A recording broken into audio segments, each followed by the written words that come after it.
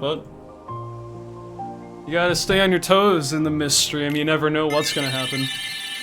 I'm calling you out, people who may have not been tabbed in at that exact moment, so you got owned.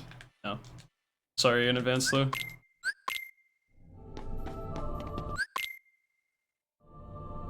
It's not really why people usually chill here, is I don't do stuff like that. It's very out of character, I apologize. Yo, Ames, what's up? Thank you for the good luck, I hope you're doing well.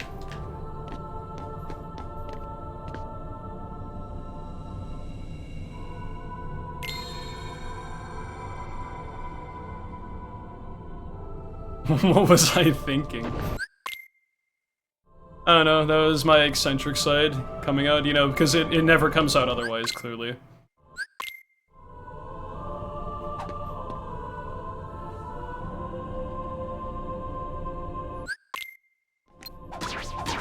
Thank you for the good luck, Jordan.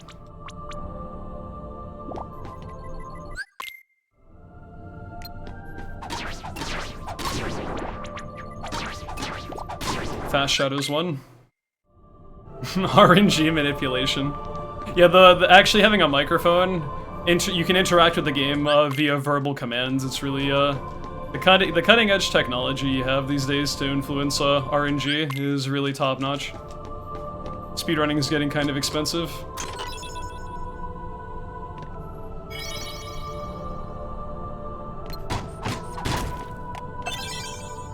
Do I like key lime pie? I love it. If it is a citrus fruit focused dessert, big fan. My favorite dessert is a lemon meringue pie, so yes, big on that.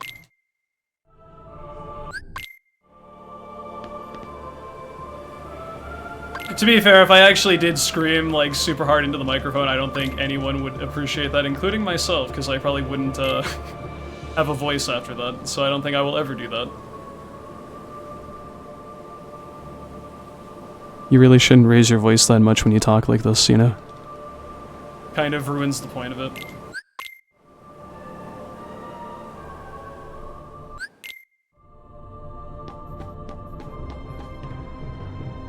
Mic Master.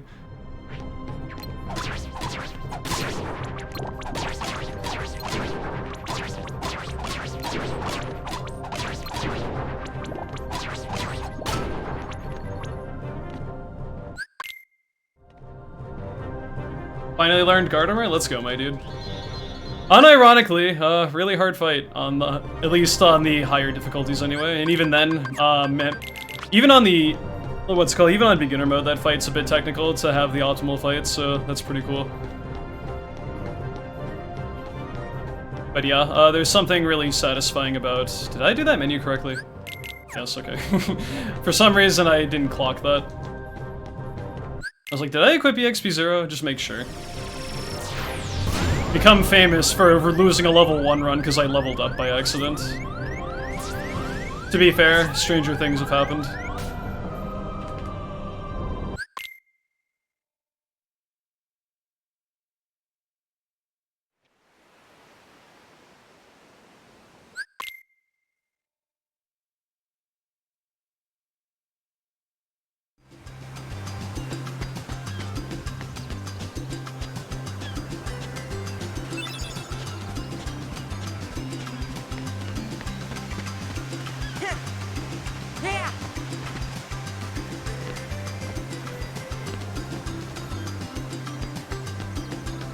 Oh my god, please. I really do need to make it a better habit that I don't look at chat as frequently when I'm doing particular movements. I feel like I keep losing like split seconds here and there. It's like I don't quite make it around a wall and I'm like running into it partially and stuff. Like, that's not good. What I'm basically saying is it's your fault, chat, not mine, obviously. It's definitely not my incompetence, not making sure I have everything secured before diverting my attention. Because, you know, I'm perfect always.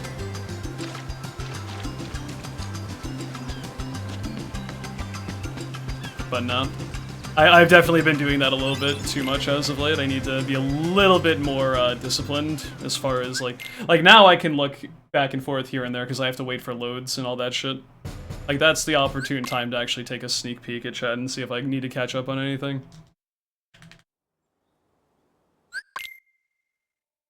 TTL or tactical time loss. I was gonna say, I thought that was Mario 64, but then I was like, no, that's TTC.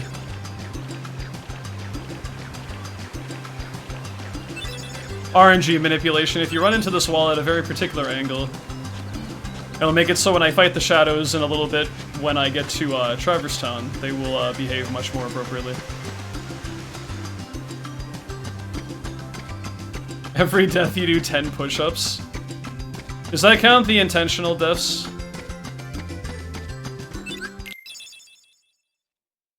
Yo, Ian, my dude, thank you for the good luck.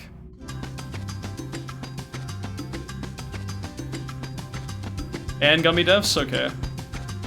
Well then, an optimal run would seek... what? Well, that just depends on how you define death. Is death inclusive of, losing health to an extent where the fight automatically ends, or do you have to absolutely hit 0 HP? Because I'm trying to debate whether Sabor is actually a death or not, because we don't actually die in that fight, we just get low enough to force the fight to move along.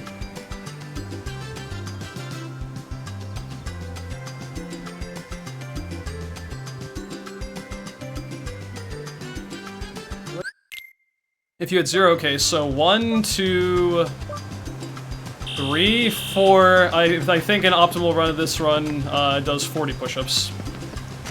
Death Defuse Dark Side 1, Leon, Carpet Escape, and Artillery once are the 4 times we purposely hit 0 HP. There might be a 5th one I'm not thinking of off the top of my head, but those are the 4 I can think of immediately.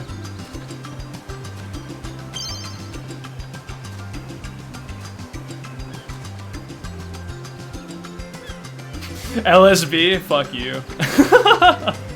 That's not funny. I mean, it totally is funny, but I'm mad. That's one of those, like, I'm laughing, but on the inside I'm like I'm like that dude who has like the mask on his face and you can see him crying behind it. That's me when you said that. Like, goddamn.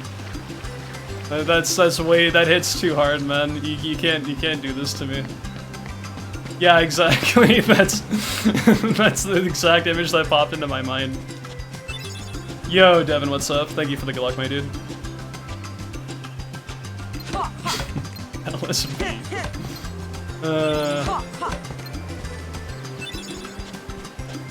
Really funny though, I appreciate that.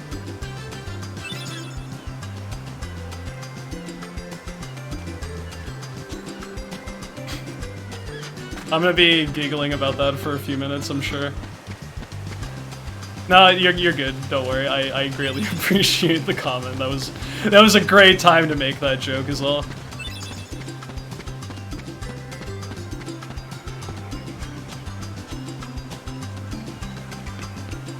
I would owe 50 push-ups on the back of 60 actually. Because I took a death on Ansem 4 because I wanted to make sure I had the setup down for that. Came up with a new strat for LSB, want to hear it? I do. It's called, We Do Atlantica.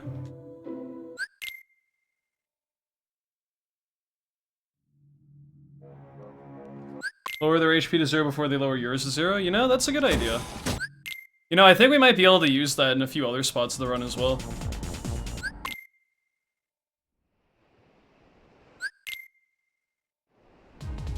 To be fair, my push-up game needs some work. I'm not the best with that right now. I could probably do like 20 to 30 the first rep and like 10 to 15 the next, and then I'm like exhausted after that. Not very good.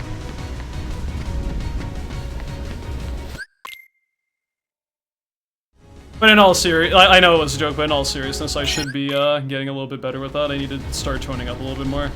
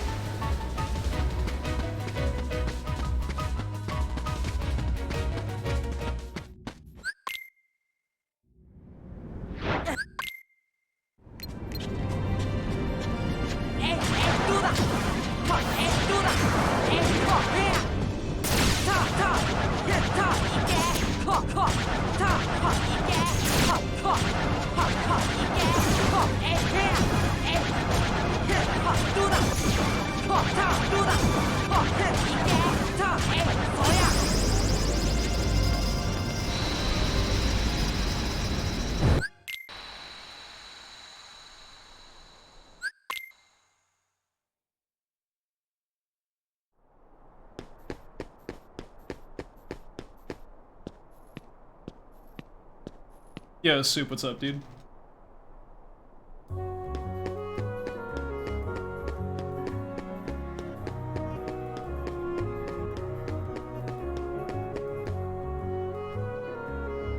How have runs been tonight?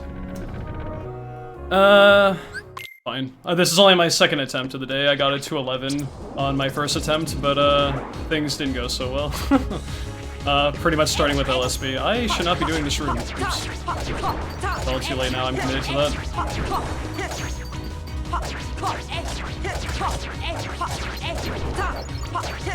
It's 4. 5.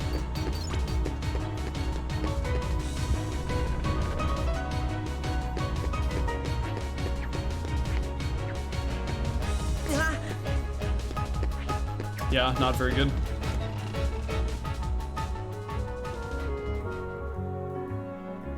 Welcome back, Matt.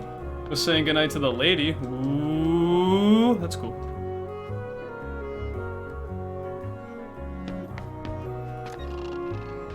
Sorry if I'm not quite popping off as hard as I did the first week we've been back, boys. Run is actually kinda, you know, starting to get to that point I kinda have to, like, try now, I guess. Not that I didn't have to try it before, but that's just kind of how law of averages work, I suppose. I'm not actually apologizing for anything, I'm being facetious, but... If people need a reminder of how difficult it is to actually do this, it should be apparent in the fact I haven't gotten to 207 yet. Because I was pretty confident about that, and I still am, but... Simultaneously, I'm not in full control of getting it. The game has to kind of throw me a bone, at least somewhat, and it's been very, adamant about not doing that. Yeah, that's that's what I was going for, technology, like the live studio audience, quote-unquote. Sam and Freddy kissed? What the fuck?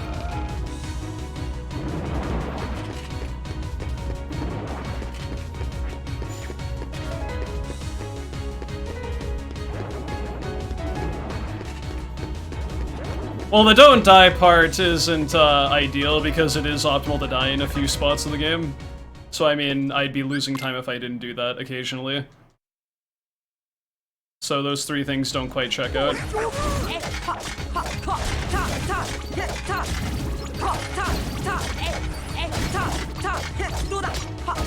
Those are really good soldiers, not shadows.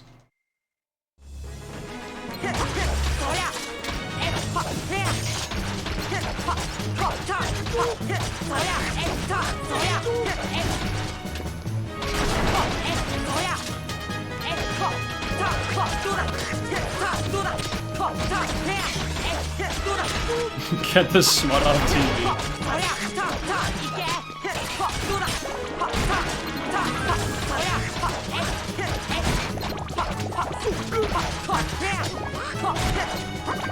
Pretty good.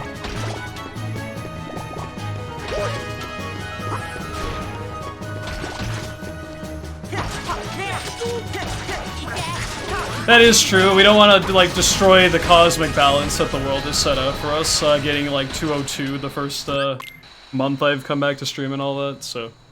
It's chill. And it's, like, simultaneously, just because we haven't hit 207 yet, doesn't mean we haven't made advancements. Like, we've gotten some of best, improvements every stream, we've gotten some very good paces every stream, for the most part. There might have been, like, 1 or 2 days, it was just kind of, like, meh. But even then, like, we're getting closer every single day.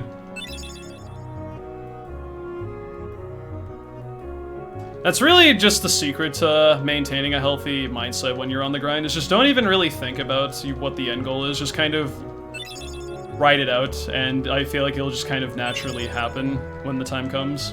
Because I remember when I got this PB, I wasn't even really that focused super heavily on the game until, like, End of the World, and ironically that's the worst part of the run.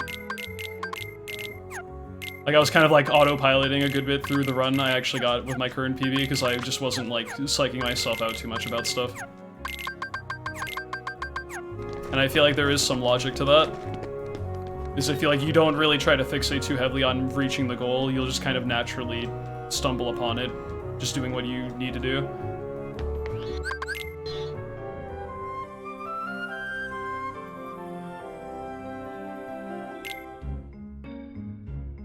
That's what I mean. I just feel like there's too much of a hyperfixation of like you need to PB or else like, you know, you're tapering off and you're not going anywhere.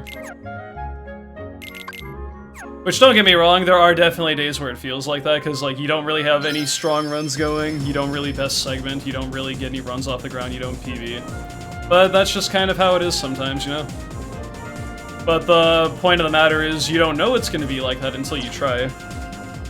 Simultaneously, you don't know if you're going to get an insanely good run until you try. So you just gotta, you know, will yourself to do it, and in the end, you just kind of hope for the best, that things kind of play out okay. But you're never really going to truly know until you actually do the run.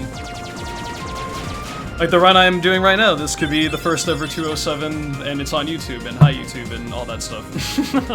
However, mayhaps, do-haps, whatever haps, all that shit. But it's like, I don't know if that's the case yet, because I still have 2 hours of the game to play, and even then, this run could easily fall apart way before then.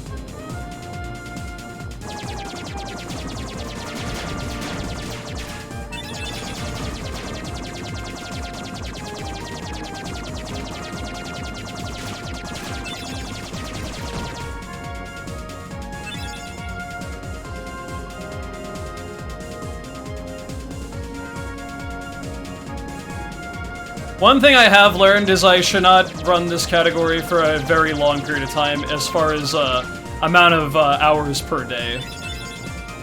Like, I think if I get to like the 6 to 7-ish hour point and I'm kind of a little bit tuckered out for the day, I should probably call it a wrap, because I was rather irritable toward the end of the 10 hours I did the other day, because level 1 does love to perpetuate that frustration, and being tired does not help with that. So if there's one thing I've learned is, quit while you're ahead, even if things seem to be doing okay. Or at the very least, like, go for like the one more run if you're really feeling up to it, but don't feel obligated to necessarily have to commit to it if it doesn't end up being anything special. Level 1 inherently is just so frustrating with it being able to kill your runs at a certain point that meshing it together with not being well rested just is a recipe for disaster. And I can definitely sense my temperament, like, on the verge of potentially swaying because of that, and you never want to go there when you're streaming.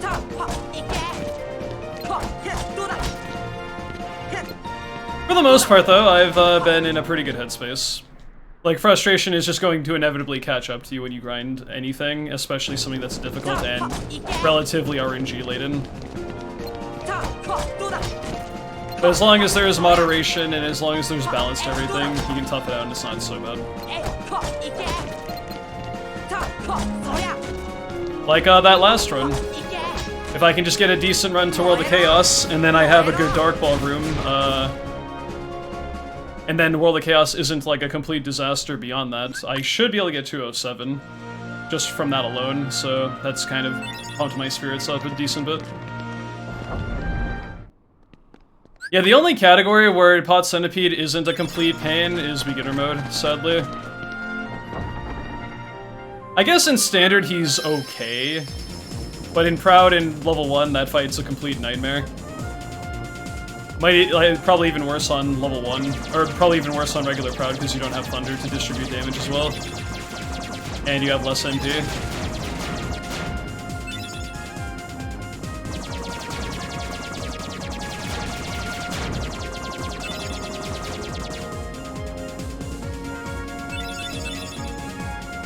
It's kind of incredible, actually. I would say level 1 is, in general, an easier speedrun, at least until you get to Halloween Town. And even then, like, Oogie 1's not that hard, comparatively to what regular Proud does. I think it has a better time with LSB and Manor, but it has a very bad time with the first Oogie fight, whereas in level 1 it's basically trivialized. I don't know. I'd have to run Proud again to kind of refresh myself with, like, the silly nature of that.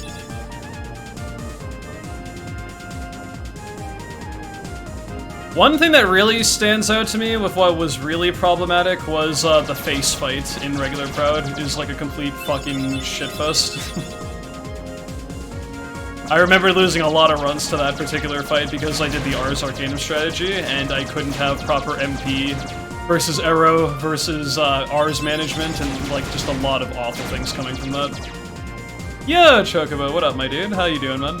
Nice to see ya. I hope things are doing okay.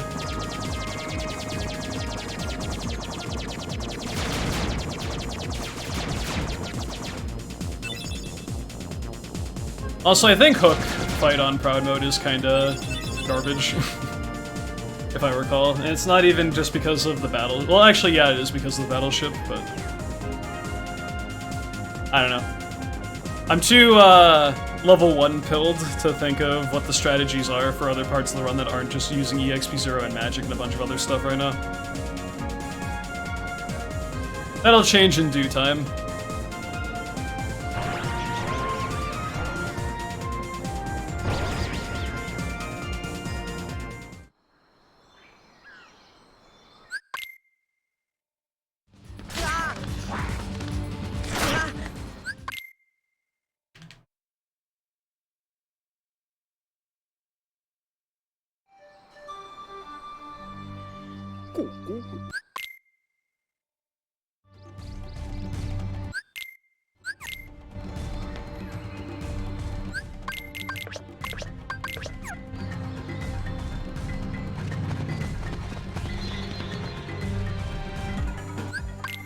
Do I plan on running level 1 all worlds? Maybe for a little while, not sure yet. I actually submitted level 1 all worlds to GDQ. So if that were to get accepted, then the answer would absolutely be yes. Although I think it's more likely an any % category would be accepted, so I don't really have my hopes too high with that. But you never know.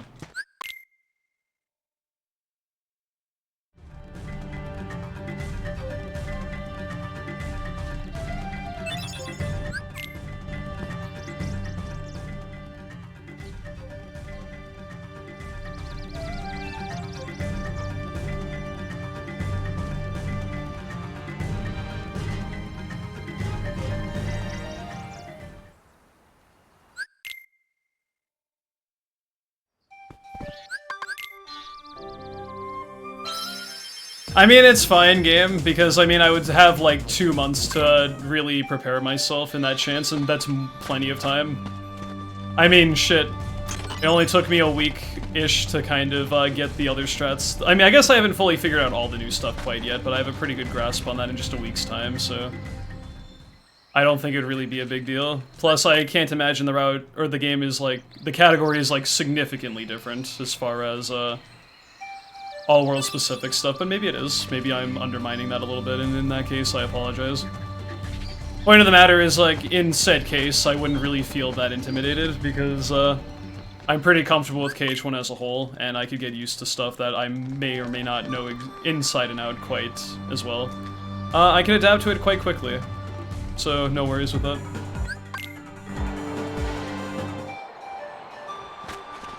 It's cool that Violin's going to showcase KH1 Beginner at GDQ at PAX, though. I think it'll be the first time a GDQ event has had Beginner any % showcased. Not one of the main ones, but still, it's an advancement, and that's really sick.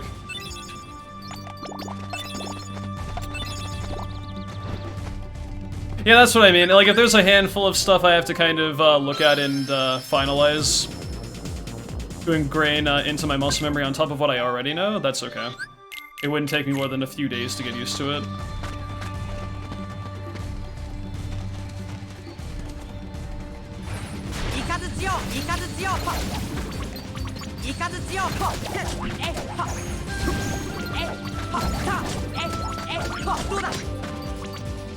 Yo, Grapes. Any fun runs? Nothing super good yet, but I best segmented Dark Ball Core by almost 10 seconds on my last attempt that I did, so that new strat is already paying off pretty well, so I look forward to a good run that makes it there.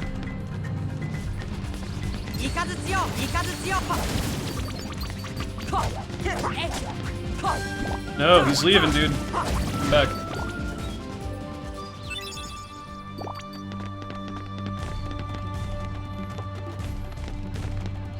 It's honestly really rejuvenating. that see Dark Balls not actually be like a complete, absolute disaster when you're set up properly for them now. Well, like I said, there's still a little bit of variability that comes with it, but I think on average I shouldn't be losing insane time to that fight anymore, which I'm relieved by.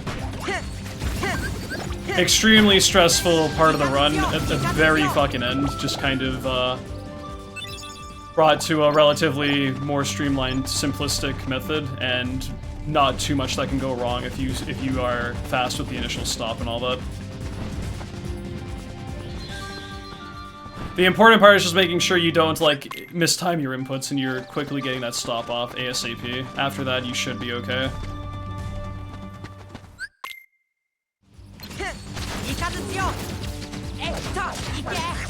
Bullshit. Hello? Sabor, please, what are you doing?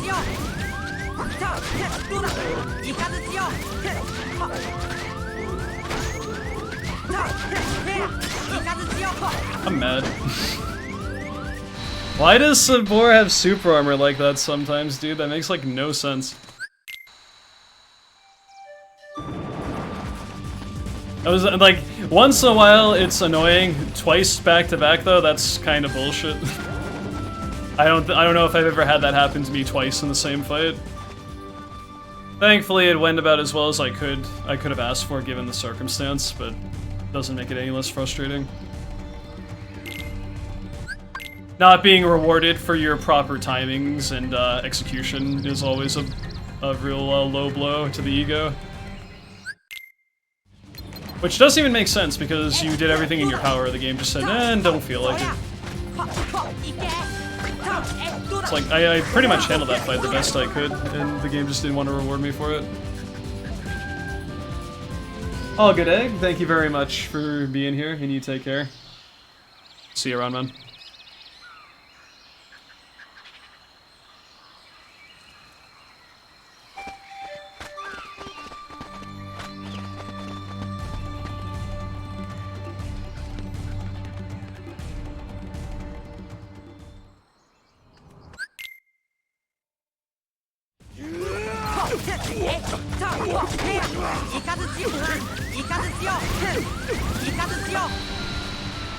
This is kind of horrifying.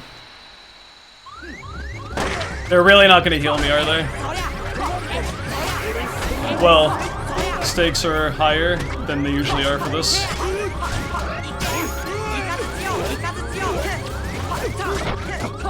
Don't get hit, dude.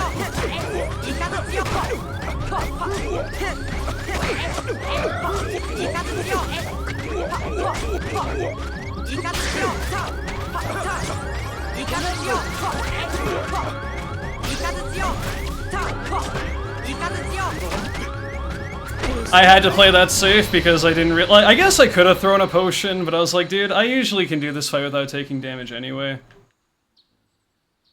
So I just said fuck it, just went for it, and thankfully that didn't blow up in my face, but I did have to play it a little bit safer just to make sure I didn't get hit by the lasers there.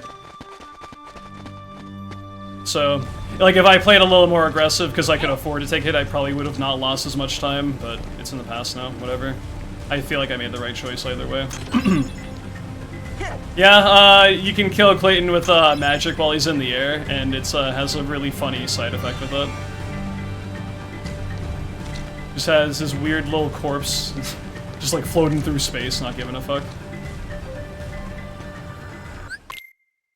That's the frustrating thing about how you take damage in KH1 though. Or maybe in KH in general, I don't know enough about the exact specifics, but Proud Mode in particular is obnoxious, with a lot of enemies that deal damage to Sora.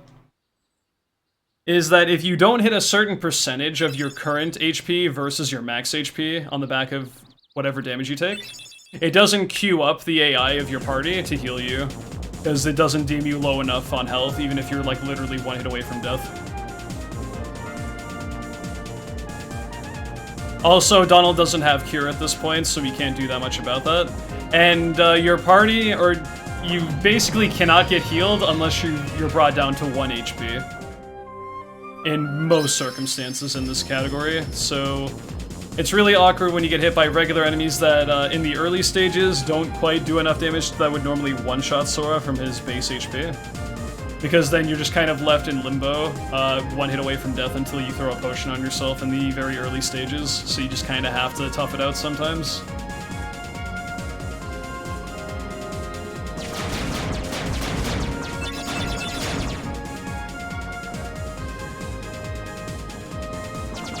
You'll probably put it like 1 or 2 HP higher than the game would view as like you needing a cure because you're about to fucking die. And it's super obnoxious when those situations pop up.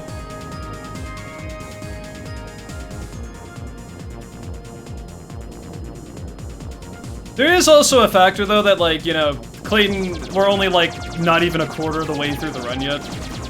So if I did die, I wouldn't have really cared that much because it's not much to do over again, but it's also a case where I don't really like resetting early game if I can help it, so I just kind of played smartly.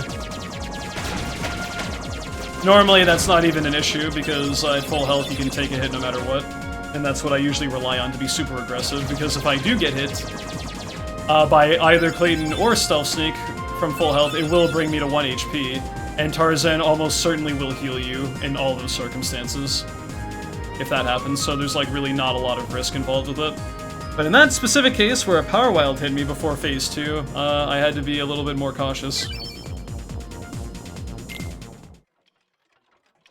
It's really important to understand how the AI operates when it comes to detecting values like your HP and all that. Mist cannot skip this cutscene. Because when you do figure that out, you can manipulate it in your favor, but sometimes that's beyond your control, like in that exact fight right there.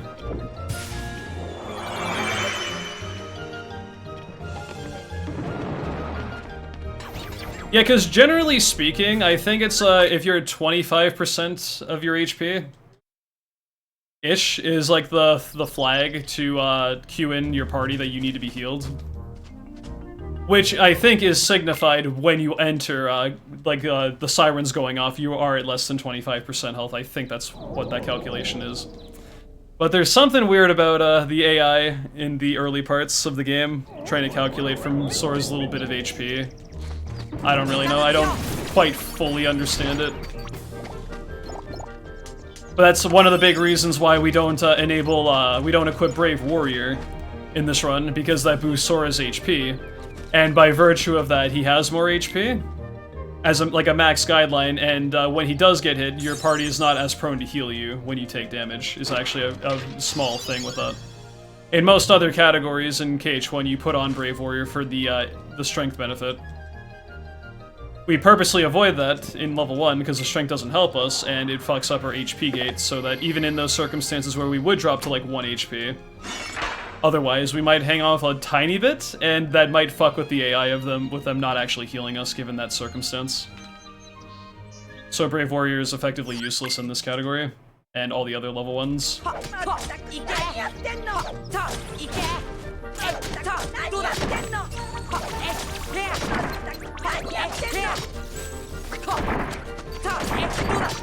Shoutouts to Donald using those thunders to stagger the cards, that was actually quite nice. Made that a lot less chaotic than it usually goes.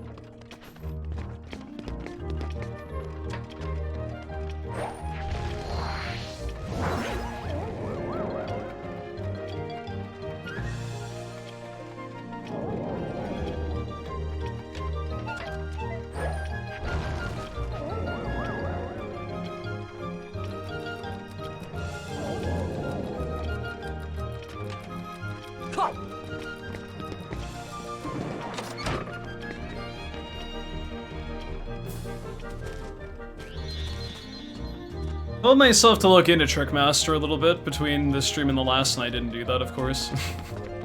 I've been way too heavily fixated on the end of the world stuff, recent tech that I labbed with the Dark Ballroom and everything, and just Final Rest, and that whole place is entire worlds.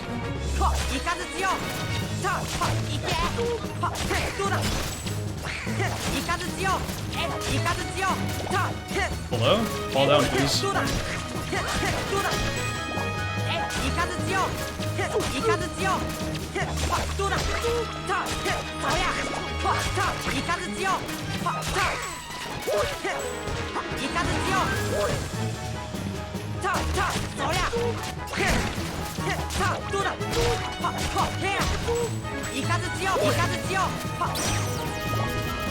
Revolution! What up, dude?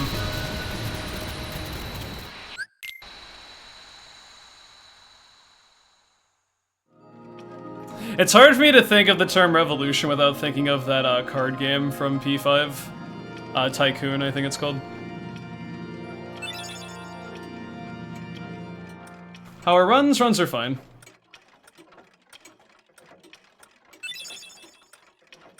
You ever put down a revolution just to get counter-revolution by another person in the card game? It's quite the experience.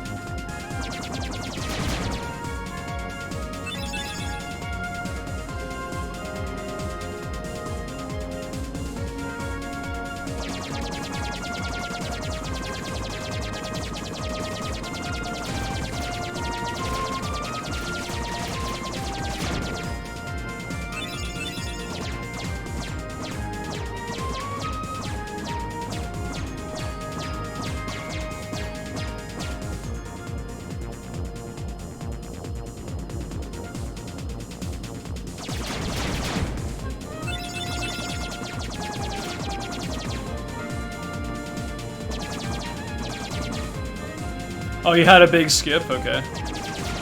Our runs? Runs are fine. Got some best segments today, but no good runs have made it to the end quite yet. Mid-game, once again, is toying with me. It's frickin' LSB, dude. Everyone having a bully stream? I never played that game.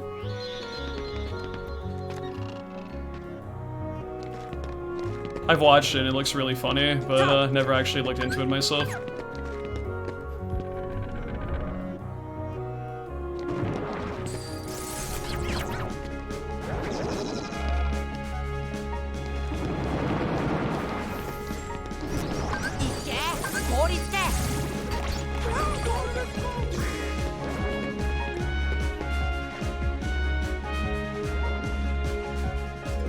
Slow. When am I going into another category? When I feel like it. I don't feel like it right now.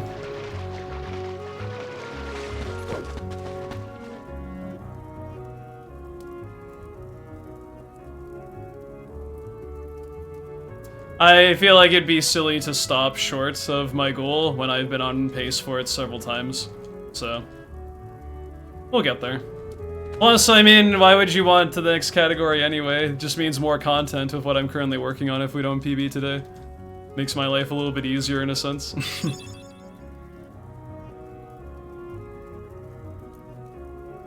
That's something I always have to remind myself about being a speedrun streamer, is it's not even necessarily a bad thing in the grand scheme of things to not have any real improvements going on, because like you're set on what you're gonna do the next day or next stream or whatever the heck. You have something to work towards.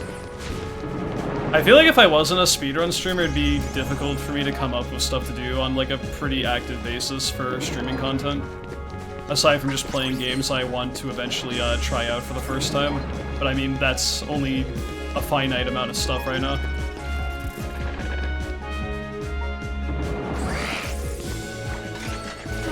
I mean, I guess there would be randomizers, which would give you like infinite content from that if you really wish to, but...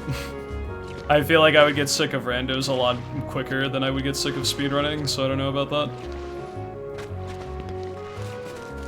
Not that I dislike rando. I like speedrunning and rando a decent bit, but speedrunning is my preferred thing.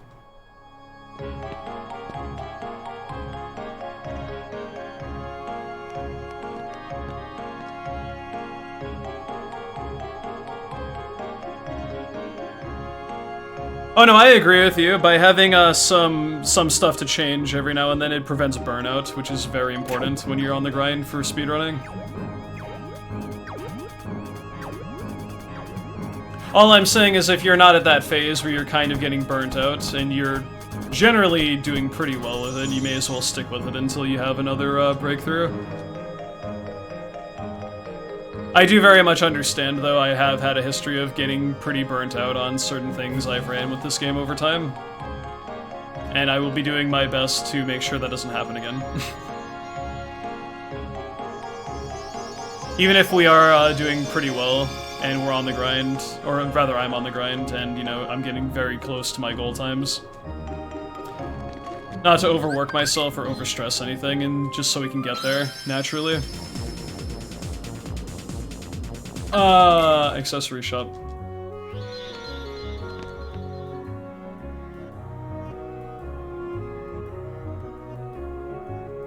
Any games interest you as speed games, but you don't run due to length? Not particularly, it's just mostly... the biggest thing that holds me back is just learning another new game from the ground up. Is like the biggest hurdle, and then actually doing full runs and then getting a feel for it all. Whereas stuff I've done in the past, I already have some kind of a base for it, and it usually doesn't take me super long to get back up to speed, even if I haven't ran it in a while. But length doesn't usually deter me from running stuff.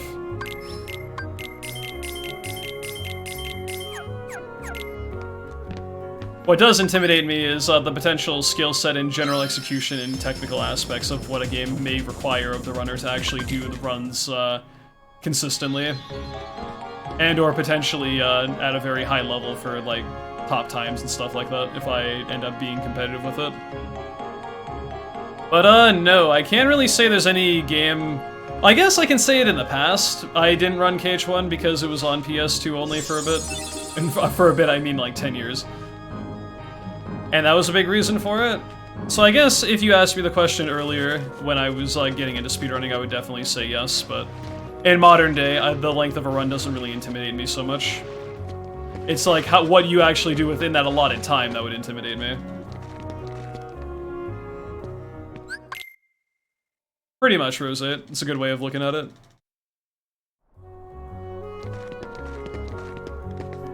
Although I am of the opinion that a proper, like a reasonable length, not too long and not too short, it makes a good speed game. Anyway. Although that being said, I feel like shorter speed games are pretty cool because you're like sprinting through the whole fucking thing non-stop. It really depends on what you value, but I think I like runs that are like a couple hours on average. They like fit nicely in the middle of that.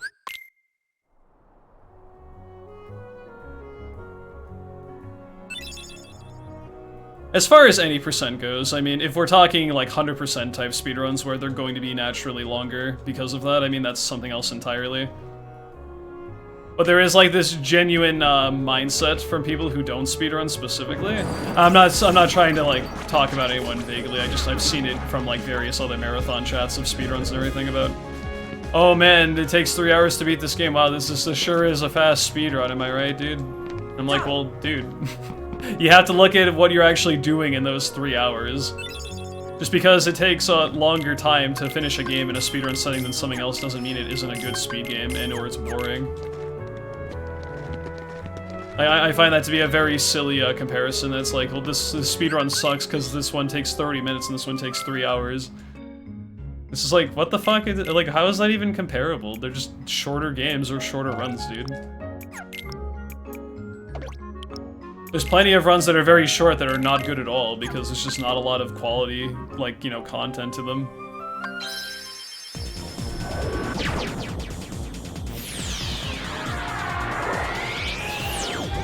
I ever tell you all about the haunted hotel room I stayed in? Oh no, did you go to that one place from the Devil in Me?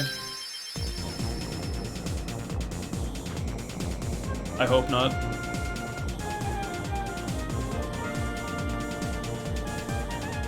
Do you ever mix up strats when switching categories? Sometimes. I've definitely done a couple things where I almost went in the beginner mentality. Like I was running beginner any percent instead of level 1 any percent, and some really dumb things have happened because of that. Hey, Right Guy, thank you for the good luck.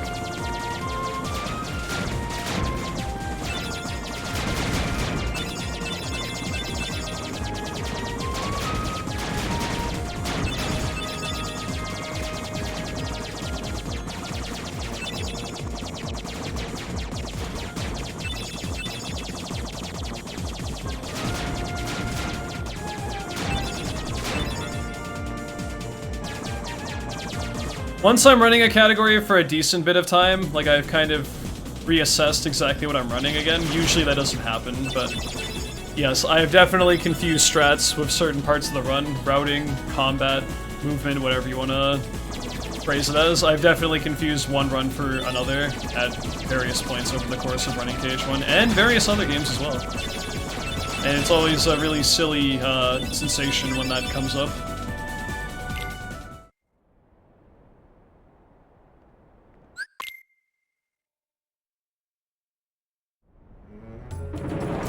Damn, dude. That message went places I wasn't quite prepared for.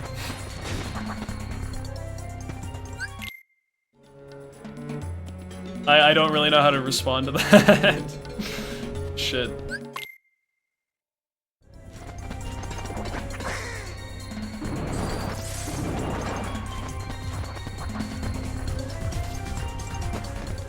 What is it that you do KH1 over KH2? I just like the game more.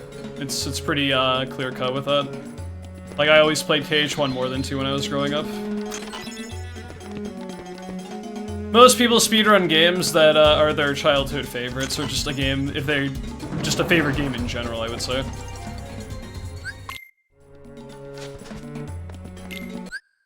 KH1 isn't my all-time favorite game, but it's definitely up there. It's probably like number 2 or number 3.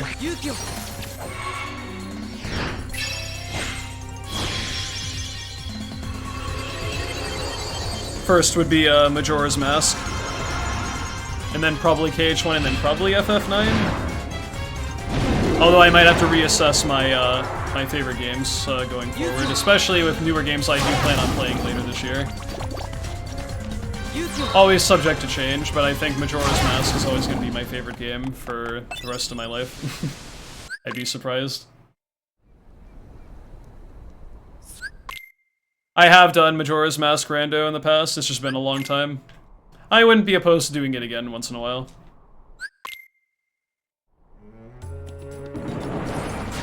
There's something about just the raw environment.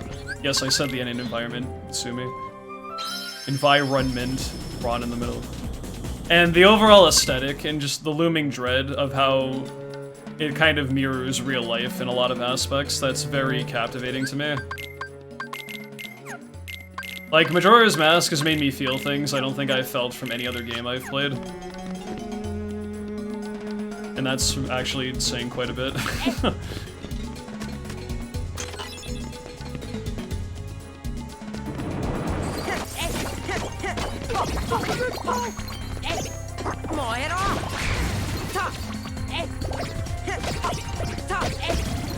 Nice ether drop.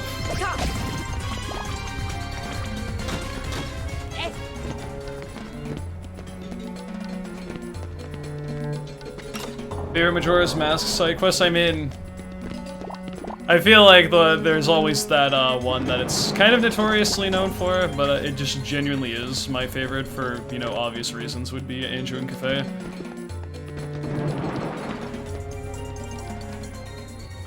That side quest in and of itself was more compelling to me than even just like the general narrative of the game, because of just how much the small things matter in life.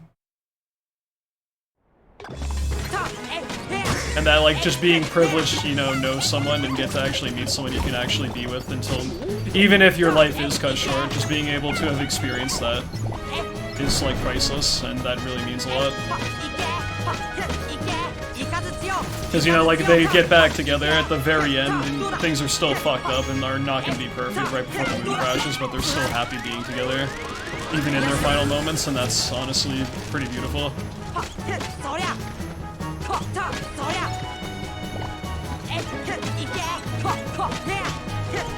He is almost certainly going to stop in this room here. Yep.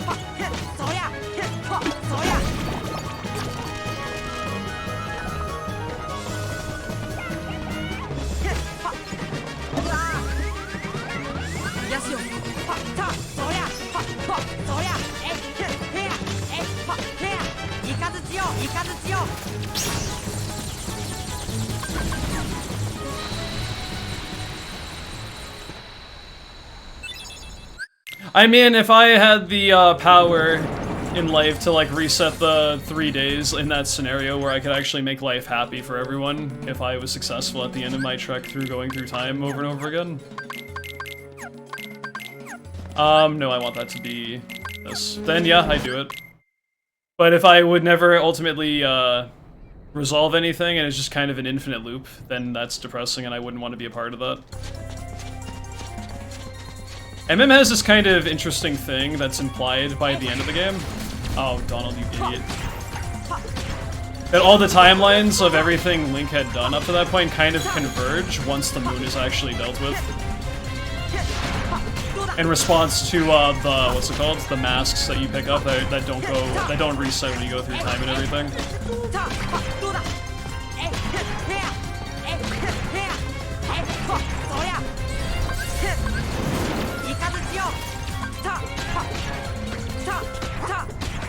Maybe that's just, what's it called, a theory with that, and it's not actually confirmed, but the game seems to imply that when you're seeing the credits and all the people are, like, actually happy again once the moon has gone away. Yeah, Spitool, what's up, dude? Thank you for the good luck.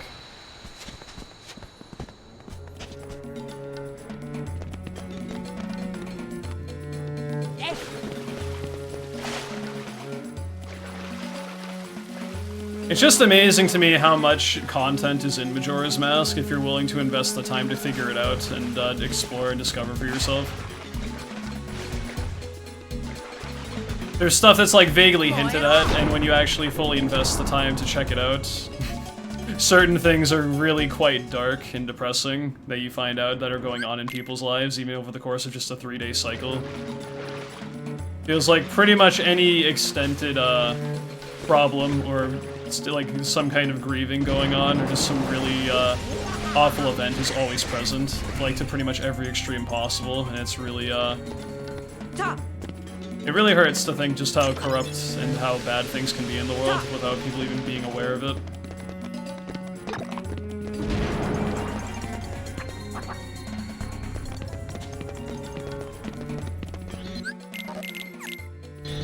Like I said, Majora's Mask makes me think and feel things that no other game has really made me think of before.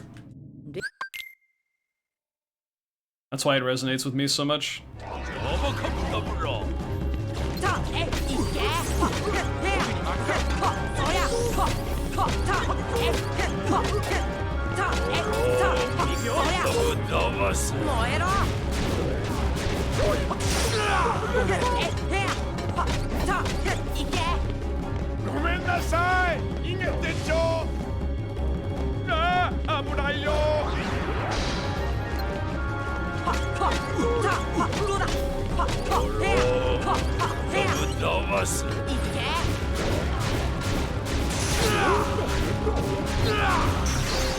I guess to answer the general question is I wouldn't want to be a part of a time loop because I feel like, well, I guess, I was gonna propose something, but I kind of don't like where my mind went just then. I was gonna say you would never get out of it, but I guess in theory, because I feel like people coming into this world and leaving this world is just a natural progression of life, and to have that, like, never really have a definitive ending, you know, that wouldn't really be quite Like, I guess one thing is, like, I'm just not afraid of death as a concept, and, you know, as to what's actually going to happen eventually when everyone eventually walks the earth is just gone eventually, all that stuff. Just kind of knowing that that's never going to happen unless you, you know, try to break the cycle through forceful means, which is why I didn't want to say anything. But even then, like, does that even matter? Is it not going to matter that you did that, potentially? Because it's just going to repeat in, like, 3 days anyway. I don't know what the context with that is.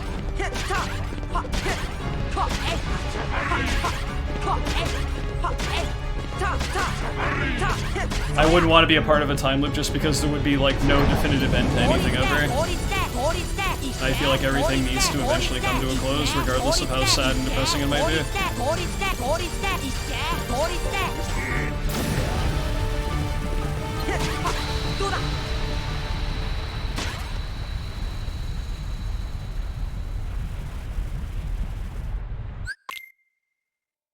Forced memory loop, or wipe, rather.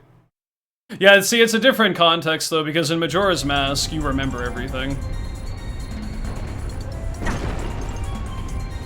Or at the very least, it's implied you remember everything, because you play as Link, who goes through all these timelines that he, ends up scouring as you play through the entire game in and of itself. So, I mean, I feel like you'd have to be put in that same position, so I don't know if it's really that quite the comparable thing in regards to Majora's Mask versus, like, the general question of a time loop. It really depends on the, specifics we're getting at here.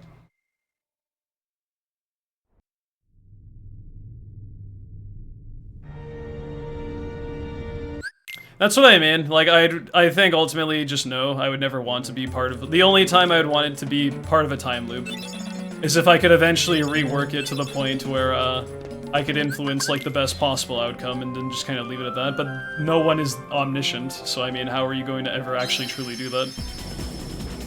Majora's Mask makes it a very, potent thing that, aside from the potential speculation that the timelines, converge when you actually, stop the moon from crashing on that one cycle where you beat the game. Prior to that, you cannot save or undo, everything. And you have to live with your choices on whether, you let this particular group of people suffer the effects of the wrath of, you know, when Majora and, just the awful spirits that have pervaded the world of Termina surround them. Or you're going to let this particular group of people actually get out of that cycle for the time being and let them actually get back to their lives prior to the time resetting itself again. It's a very deep thought as far as what you're actually doing and what you're not doing. Like, it's crazy to imagine said circumstance where anything you do ultimately doesn't matter if it repeats. And any good or bad is just automatically, you're just absolved of anything you've done. In a world with, like, effectively no consequence when you're just going over back and back again. Like, just that in and of itself would drive me mad, because it just, you're not going anywhere, you're stuck. In, like, effectively a purgatory state. It's just like, who the fuck wants to experience that? You're not going backwards, but you're not going forwards either. It's just like nothing is being made, honestly. There kind of comes a point where it's like, it's almost better to go down, like trend downwards, than just stagnate. And that in and of itself is a very depressing thought to think of. Just because monotony inherently might be the worst thing of all.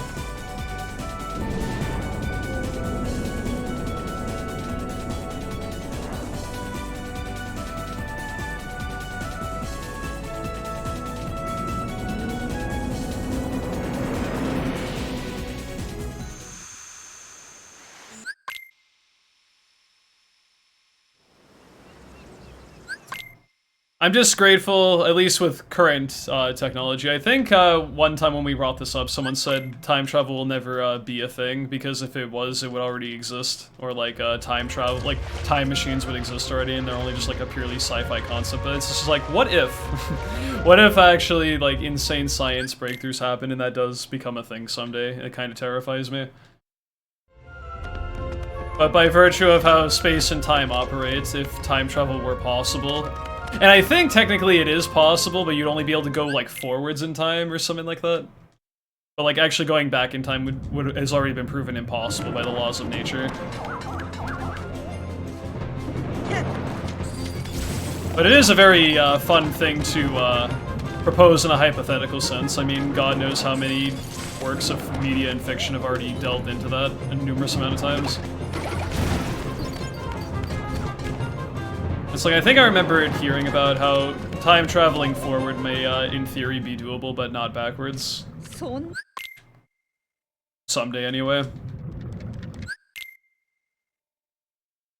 Unless you want to count, like, cryogenic sleep and other shit, but that's not strictly time travel. That's just, you know, putting someone in a dormant state. Even then, I don't even know if that's actually a thing and not just, like, some sci-fi concept.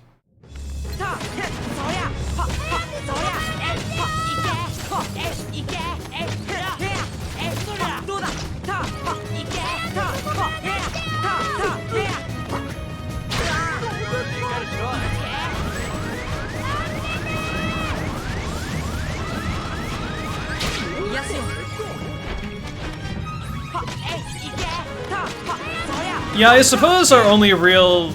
Yeah, sleeping effectively is time travel. Because you're just kind of in this, like, stasis of, imaginary shit. Or at the very least, like... sensation or, concept of time is lost on you when you enter that kind of level of subconscious, so... It is kind of cool in a way it does exist, but not in, like, the literal sci-fi techie way that it's addressed in media.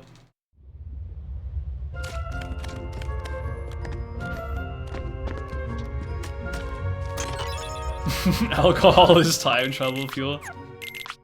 Yeah, you see, now we're unlocking true mental pathways here.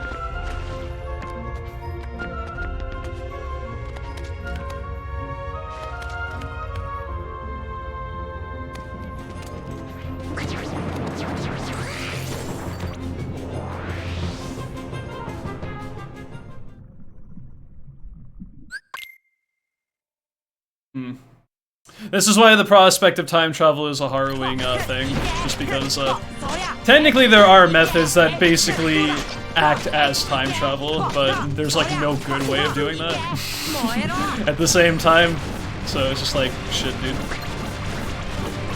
I mean, I guess sleeping is like the most tame way of that, but even then you can still have nightmares and awful shit happen to you while that's going on, so even then that's up for debate.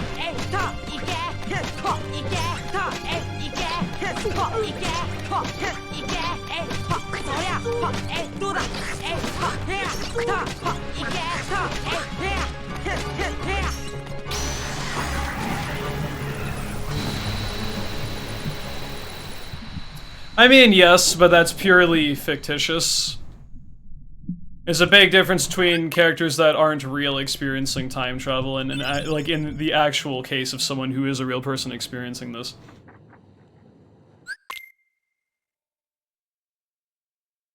It's like that's already been done to death a million times, and it's not really something people, I think, heavily fixate on, but people have wondered if that might be something people actually experience in real life, and that in and of itself is kind of a scary thought to think of.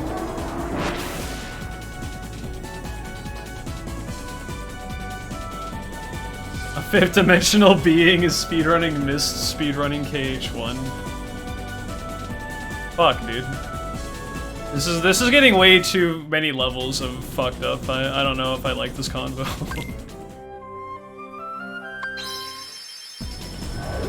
Yo, Prender, what's up, dude?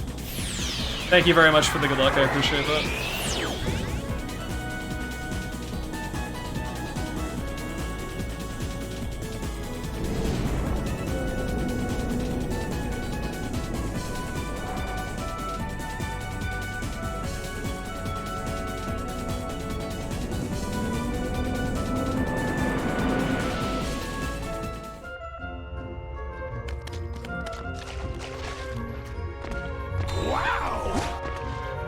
Yo, Prender, thank you very much for the gifted sub to SSB Yuka. And as for Yuka, welcome to the Mist Continent and enjoy the emotes you can use on Twitch for the next 30 days.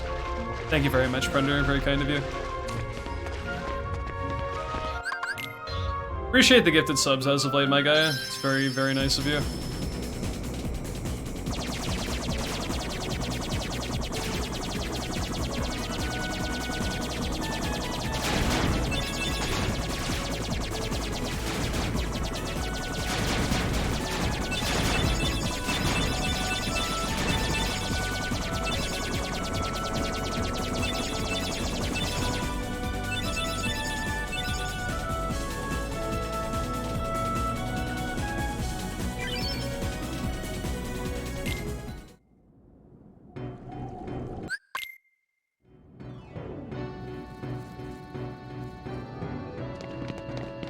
That is kind of fucked up.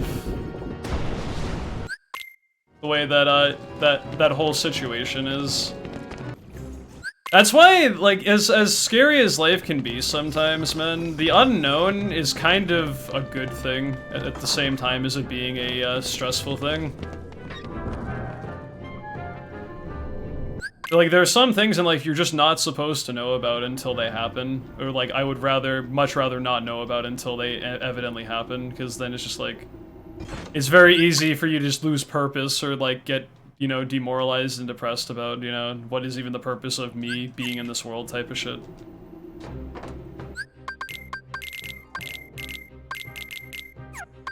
It's like people would like pray with the ability to see the future sometimes, given circumstances, but I think having the power to see the future might be like the most fucking, like the worst superpower you could possibly have, just due to the circumstances surrounding that.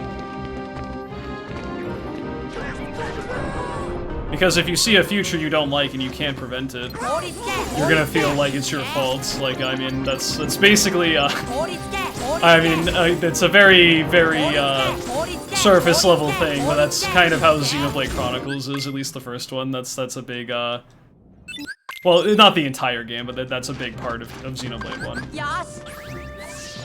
And it's just like, I don't know, dude. I would not want to be in Shulk's position if I actually had the ability to do that. But I don't want to talk too heavily on that game because the narrative is really good, so...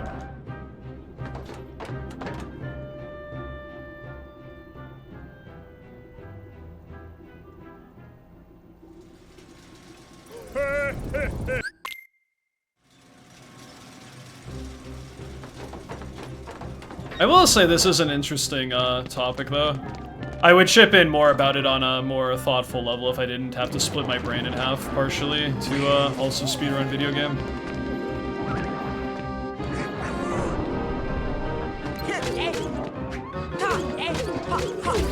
But I do like this philosophical type of discussion every now and then.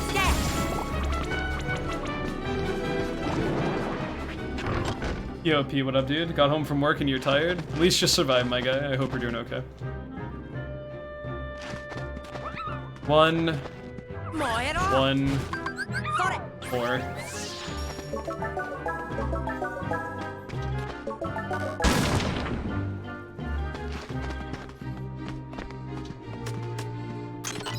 That's what I mean, like, I feel like I'm probably tiptoeing around stuff and not really thinking hardcore enough about the whole prospect, because I literally can't put my full focus on that on a run that's, like, actually good, so...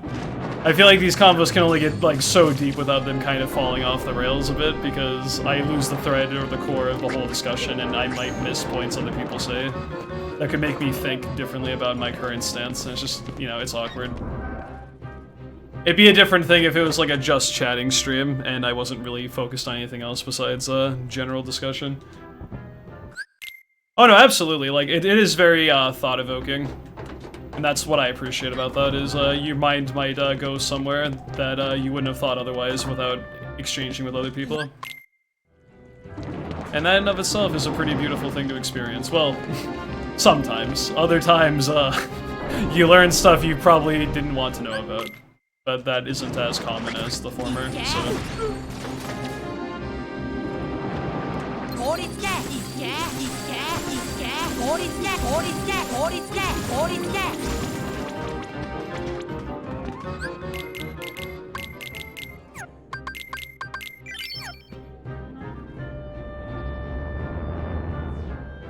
We were just going on a brief tangent about, what if someone was stuck in a time loop, and, the ramifications of actually repeating the same 3 days, because Majora's Mask got brought up, which is my favorite game.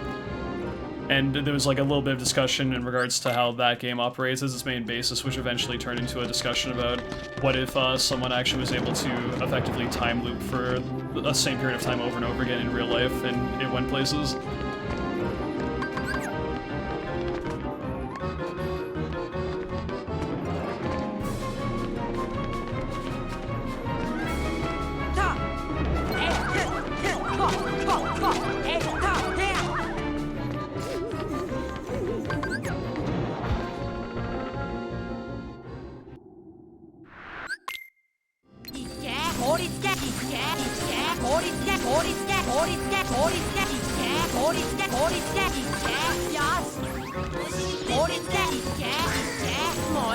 No! Ah, you bitch.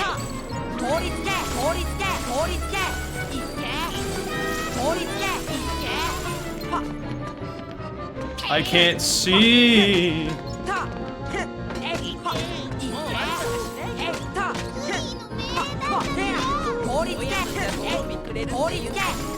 Whatever. Yeah, honestly, I didn't mean to do that, but then I saw that, you know, the models collided and I still had iframes, and that actually might have just saved this run. So, that's cool, I guess.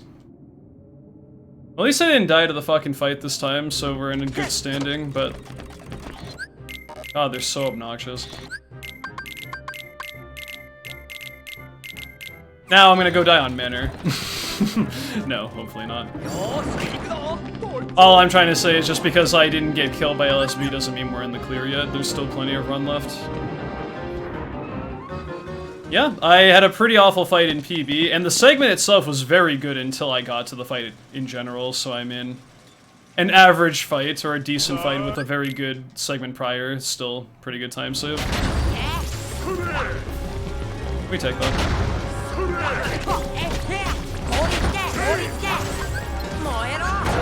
Ow.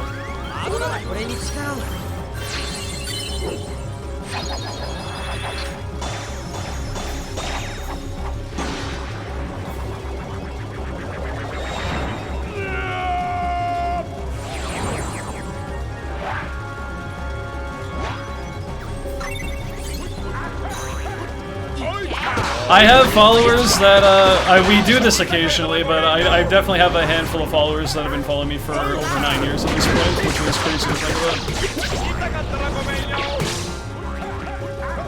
Really? Wow. Recycle OB1 is very uncommon. Yo, Idazzle, what up, my dude? Thank you very much for the good luck. I mean, I've been streaming, on and off, at the very least, since, early 2012. And I started really ramping it up once KH1 runs began in 2013. So I definitely have a couple people from like late 2013, early 2014 era, which is pretty much the basis of my oldest followers at this point that still watch. Yo, Game Addict, what's up, dude? Where am I going? This way.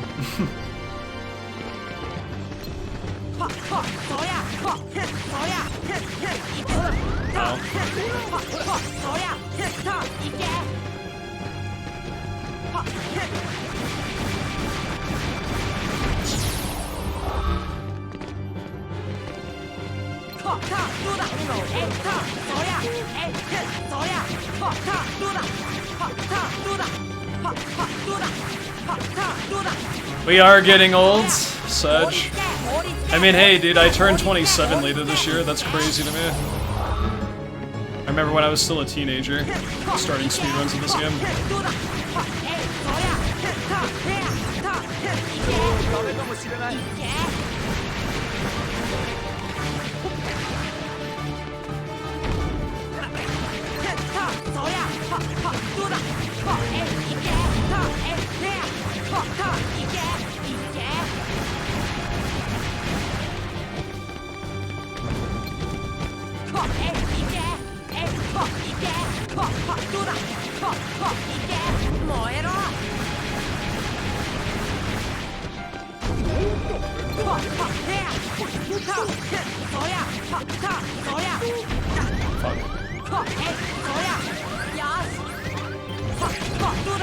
They're out of potions. Holy shit.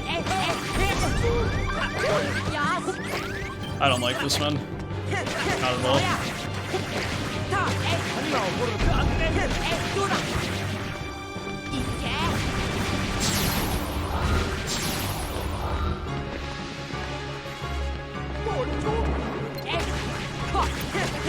Okay, thank God I got that. I got scared. That is not a good time to drop a combo when you need to use a finisher to knock the enemies away. I got very scared there. Not a good manner fight.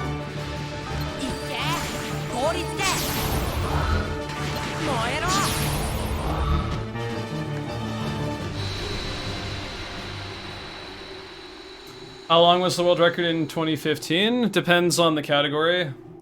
Beginner mode, I think, had just hit 248. 249 going into 248 at the start of 2015 for beginner on PS3. Level 1, I have no idea. Names of the final bosses in KH1 and 2. Ansem, Seeker of Darkness times like 50, and Zemnis times 50.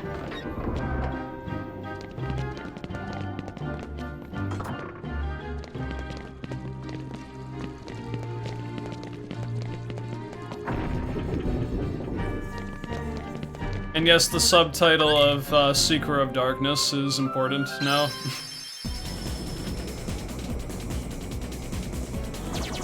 Because now we have, there are 2 Ansems in the franchise, so you need to specify that.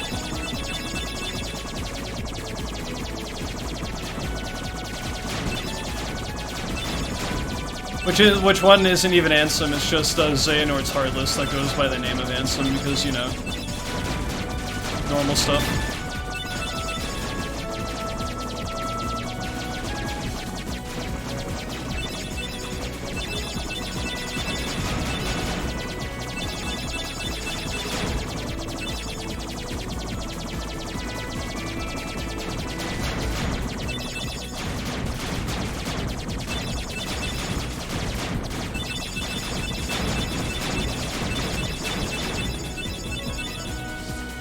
Where's my nobody? My name already has an X in it, so I don't think that's how that works.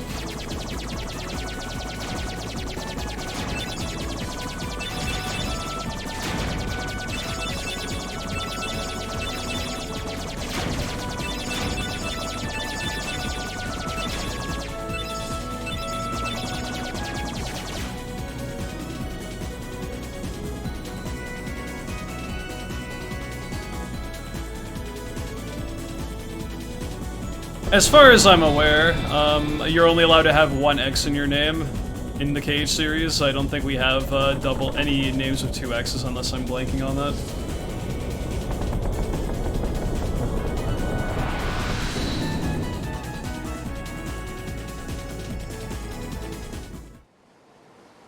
What about having 2 X's in your name? I mean, can you name me a KH character with 2 X's? Because I genuinely can't think of one.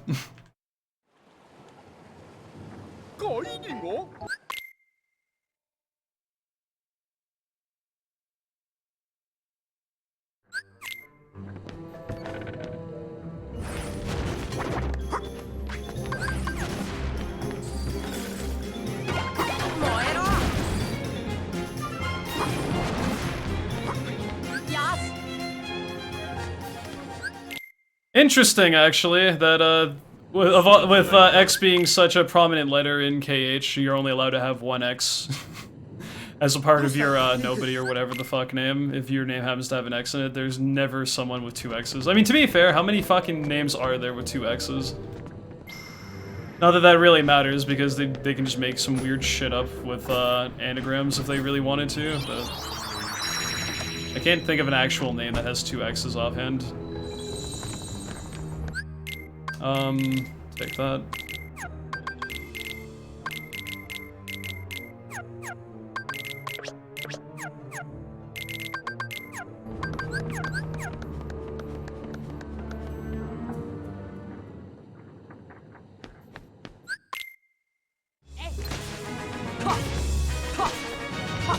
Are you joking, dude? Why? Oh! Saved? Are you telling me he actually killed my party really quickly and this might actually be fine? Oh.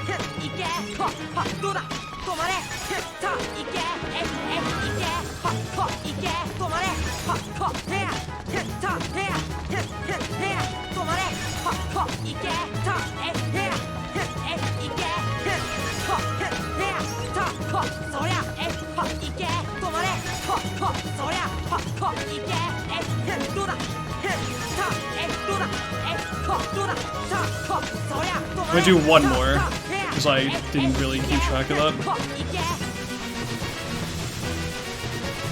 Okay.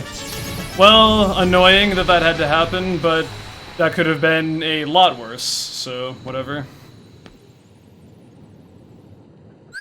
Game actually gave me a little bit of sympathy by killing Party right out the gate with Anti-Sora. I wish we could find a consistent way to do that in case that happens. So, whatever, man, I'll take that. What a time for a Clank, though. Oh my god, that was awful. Yes, Naminé is, supposed to be Kairi's nobody. But it's like, there's like this weird thing where it's like Princesses of Light shouldn't have that happen, so there's like a really weird thing going on with that. I don't know the full thing behind that, because KH is, elaborate. For better or for worse.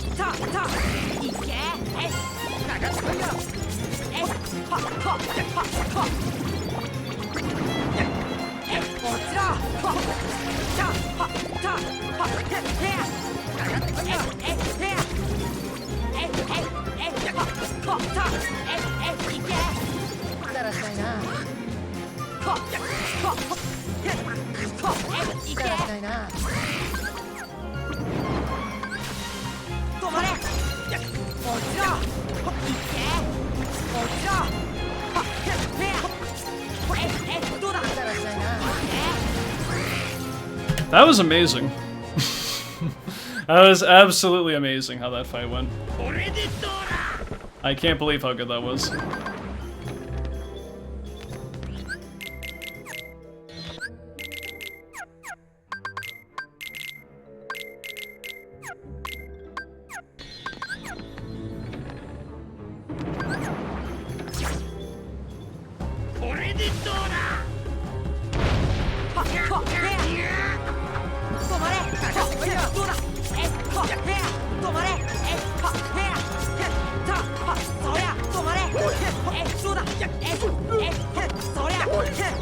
Oh my god, and the stip shot, the stip shopped. The shop. I saw both of them. There we go. I can English.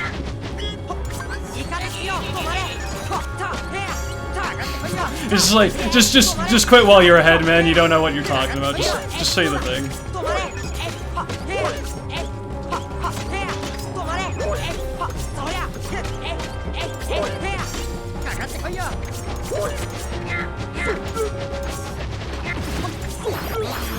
Yo, Vash, thank you very much for the raid, my guy. Hope stream was good, fam, and all that. Thank you very much, and I hope we're doing well today.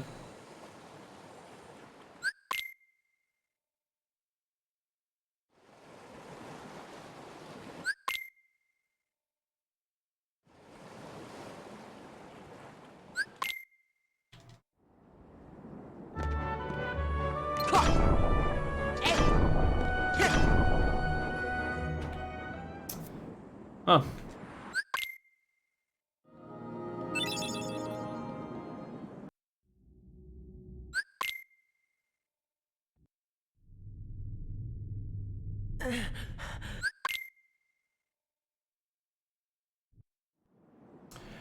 It gets calculated, like it's being added up while you're dealing the damage, and then it gets dealt once the stop wears off.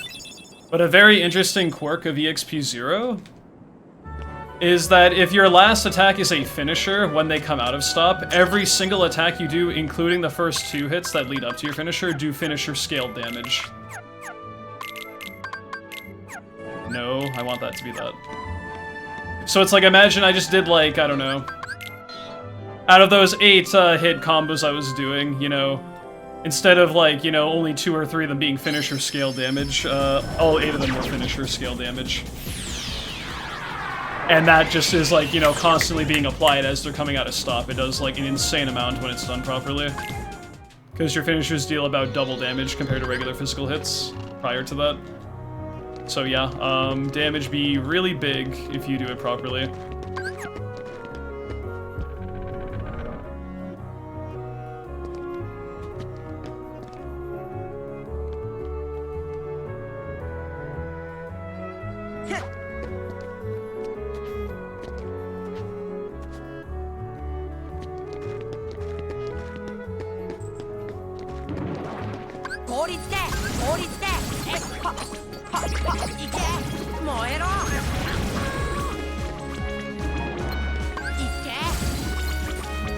Please get over here.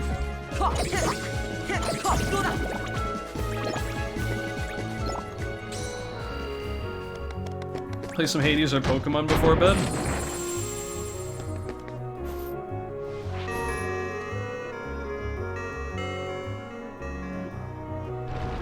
Still never really looked into Hades, despite the rep that it had during that 1 year, and Pokemon I kind of fell out of after Gen 4. Gen 5 apparently was peak for the series, and then it just kind of went downhill after that. Ah, shit. Oh, I didn't even realize they were making a Hades too, that's cool.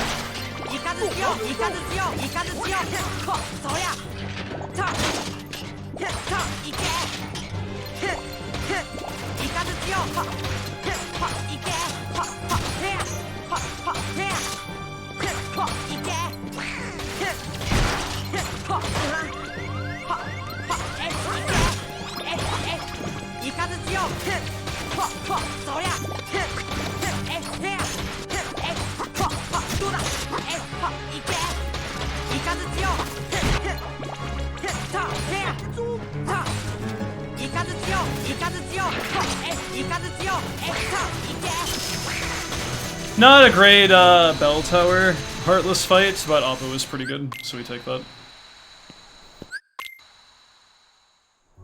Yeah, I heard Gen 9 was really messy. I kept talking about that, but I still haven't investigated because I've been preoccupied with other things, but yeah. I remembered seeing on Twitter there was this one animation that someone was working on as a fan project about like the trainer galloping on the back of like one of their Pokemon, and the Pokemon like disappears while they're in the animation, and they're just kind of floating in the air, and that was just meant to be like basically what the janky bullshit was supposed to be like, as far as buggy stuff. And they made a meme about it, about how like I didn't realize my work in progress animation ended up being canon.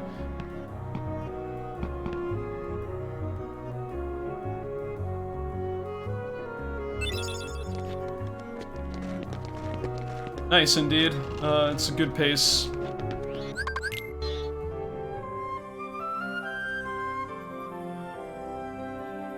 That's the unfortunate side of things, isn't it?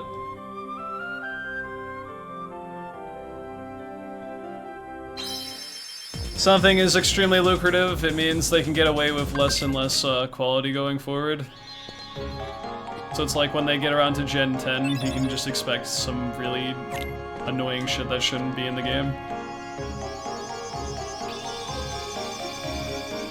That being said, I'm not really in the whole Pokemon loop. I stopped really getting invested after Gen 4, so technically I don't really care that much what they do with it, because I'm not really interested anymore. But for those who are invested, I'm sorry, that's kind of become... that's kind of what Pokemon is like right now.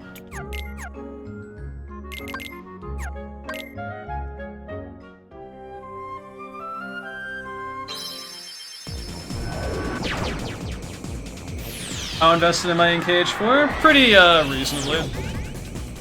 Just based on the very little stuff they've showcased, I look forward to seeing what they do with it.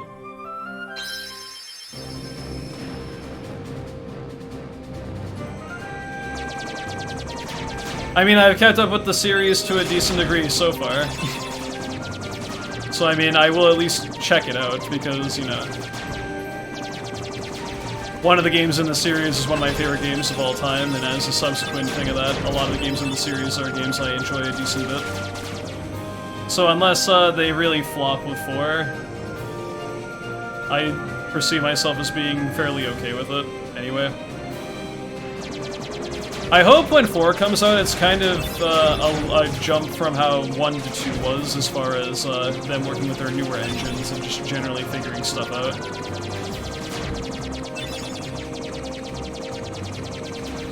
I feel like 4 genuinely has the potential to be like one of the best KH games ever made if it has a lot of care and detail put into it. With what Square and everyone else knows by now. They still need to work on a few things, and I'm not trying to overblow hype and all that shit because, you know, no one's ever gonna truly know until it actually releases, but if they can remedy a few things they had issues with in 3 and just refine that to make an even better 3, basically, I could see KH4 being maybe my second favorite, depending on what they do with it. I feel like I'm always gonna approve of KH1 as my favorite no matter what. But if they really do good stuff with 4, when the time comes, it could definitely be my second favorite in the series, depending on how it goes.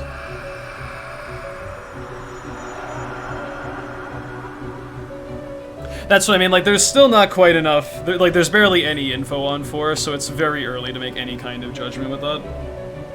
But all I'm saying, based on what is available, I think they have something interesting that they're working with, so we'll have to go from there.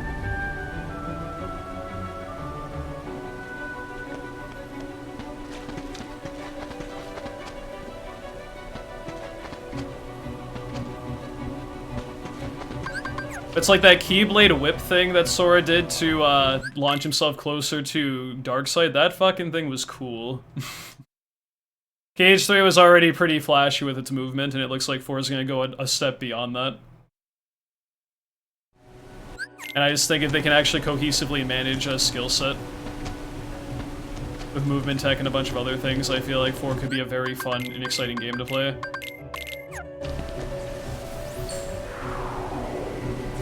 Like I said, though, unfortunately, KH has also suffered from stuff being very flashy but not being very practical, so looks is one thing, actual integration is another, and it's too early to make calls on that just based on it, but just even being able to showcase that as a potential thing you could do in the game, at least in early game development footage, like maybe not necessarily finalized. I'm down with it.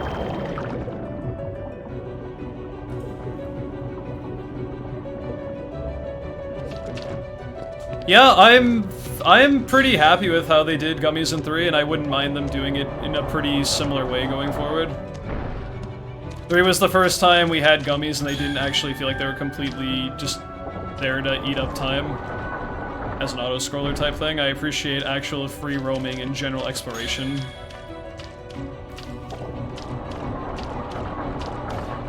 I know Gummies are going to be the subject of just, you know, a bunch of unfavorable thoughts, just because it's kind of become notorious in the series of Gummy stuff being like the worst part of the game in most people's eyes, but even if people still feel that way, I think they're definitely trending upwards with it, with 3's entry, and I hope they do more stuff along the lines of how 3 handled it. Some people like how it is in 1 and 2 because it's like a little bit more mindless and you don't have to be like as in tune with it, I guess, to get through the sections that involve it. But I guess it really just depends on what you want out of it.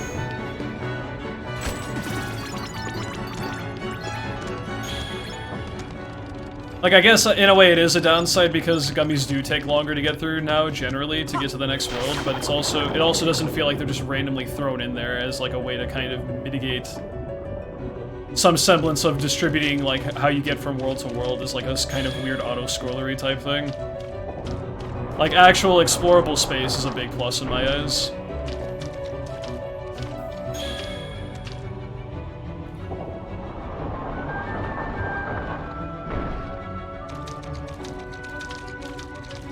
Yeah, 4 is basically like, I mean, it is pretty much the beginning of a new arc for KH, and I feel like they can redefine the rules and just go in whatever direction they wish. That's one of the things that excites me the most about 4, is I feel like it's very unpredictable as far as what exactly they're going to do as of right now.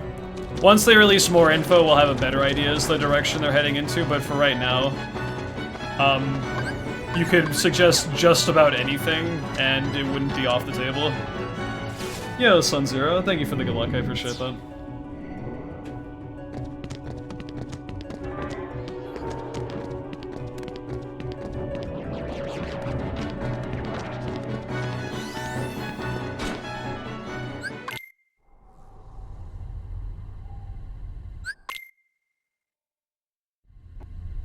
I don't know how exactly you would manage worlds in KH anyway, without Gummy stuff though, because I mean, otherwise you would just like be magically teleporting from world to world, and that wouldn't really make that much sense. I mean, I know like the beings of darkness can do that with their darkness portals and shit, but warriors of light can't do that. So I don't know how you necessarily would propose the idea of it, of traveling between different areas without gummy stuff at this point. Maybe KH4 will answer that question.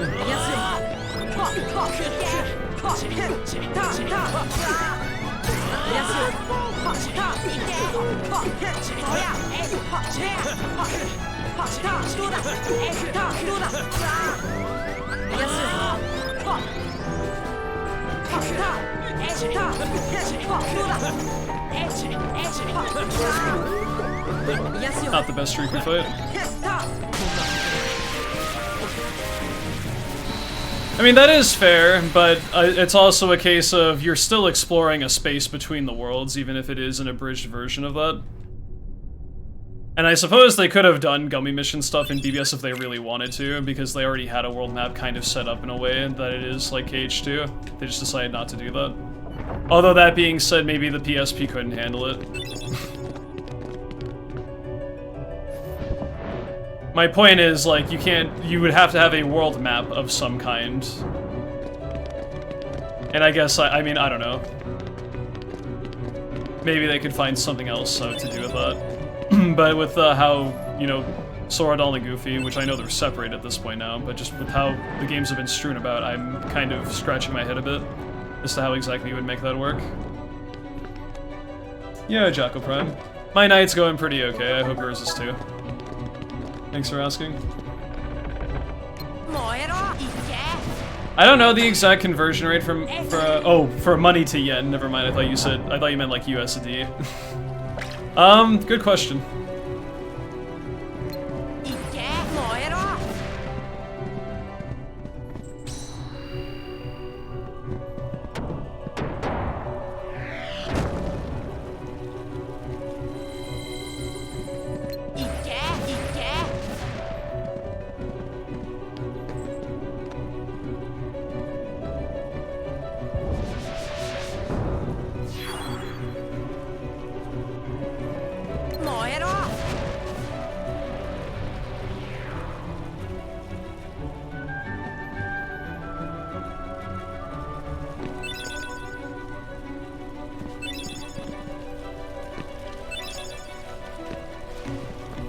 I failed the cool movement tech? Wow. Trash run, dude. I waited just barely too long and I didn't get the full speed boost on that.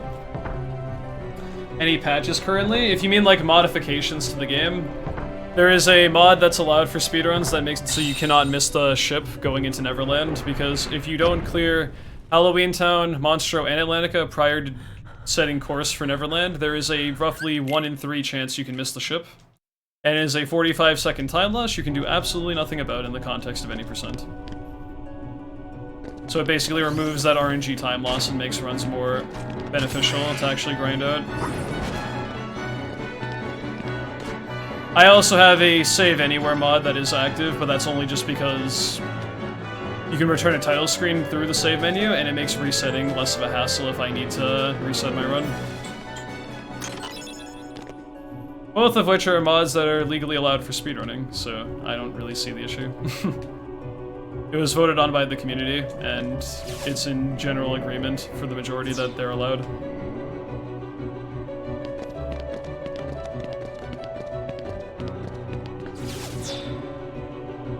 That was a big meme when KH3 came out about people saying, just make KH3 just like KH2.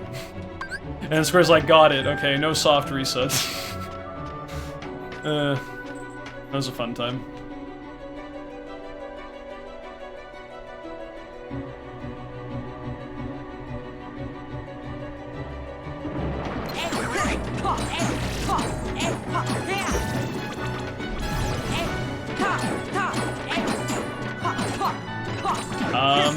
Okay.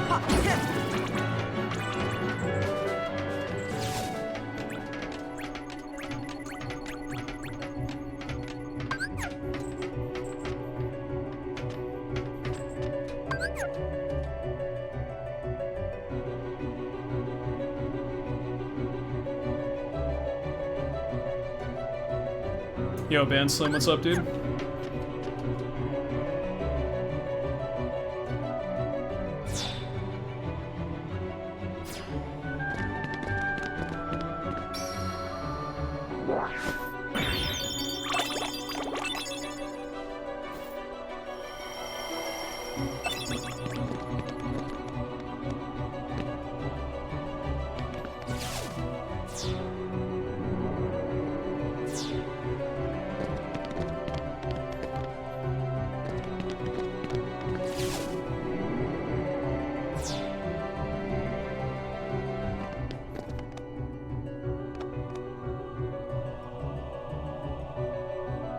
Hardest to learn? Generally speaking, probably Kingdom Hearts 2. If we're talking beginner mode. If we're talking crit / level 1, definitely KH3.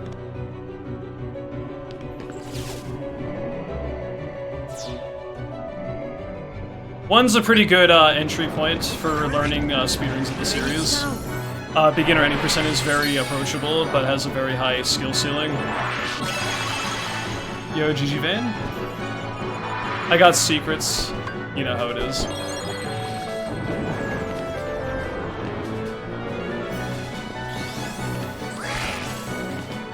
Any logic to the situation commands in KH3, or are they pretty much randomly generated? There definitely is something to them, although I'm not an expert on 3, so I couldn't answer that in thorough detail.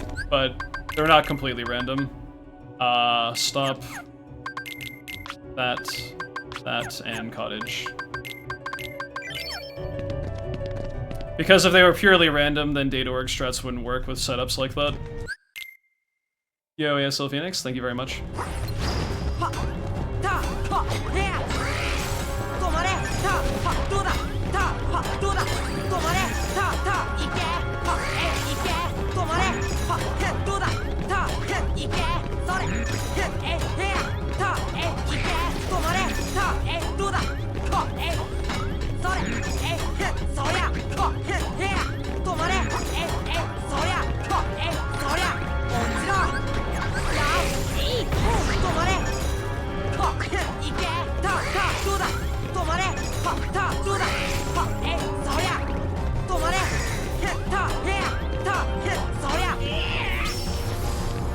Did I not take Beast Ethers? I need to check that.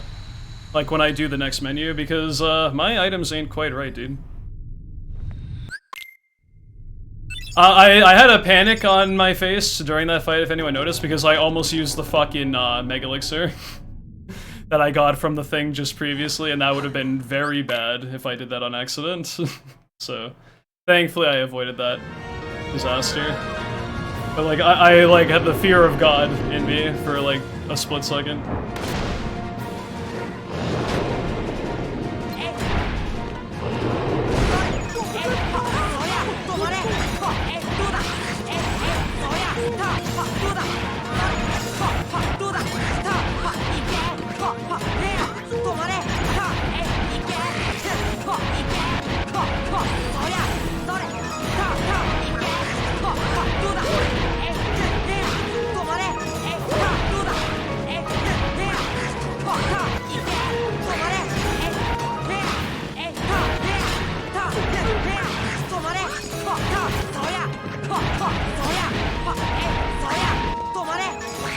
Yeah, screw this up a little bit.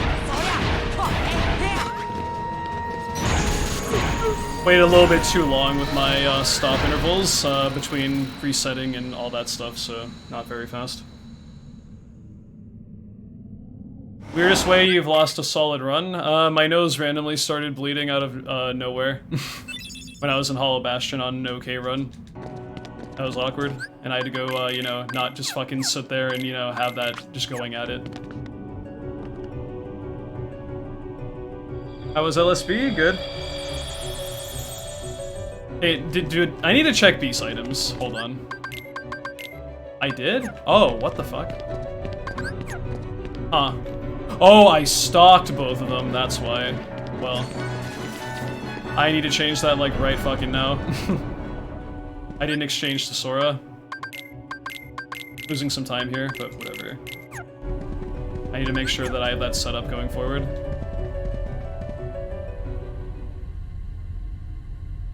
The run wasn't that particularly great. It could have PB'd, but I was like, dude, fuck this. I'm not gonna get banned on Twitch because I'm just bleeding from my fucking nose randomly. Because they ban you for having bodily fluids on stream in any way. Make of that what you wish.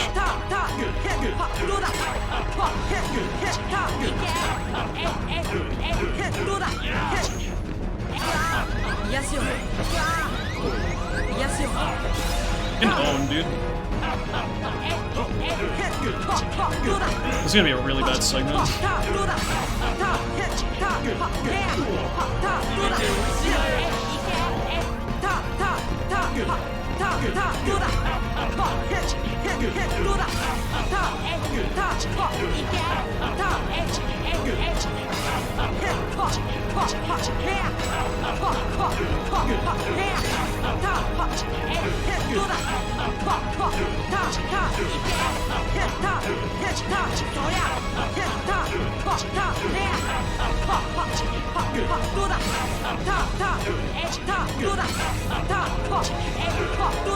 Yeah, not great.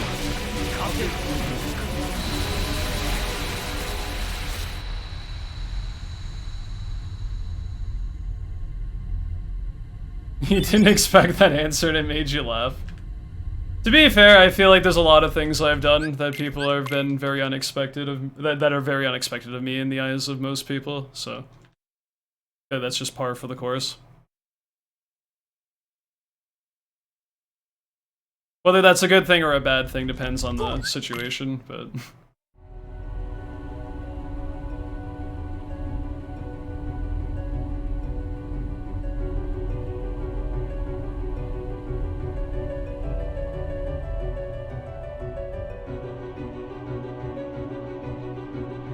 I mean, to be fair, air comboing Riku on PS3 and PS2, especially PS2, is like insanely fucking hard.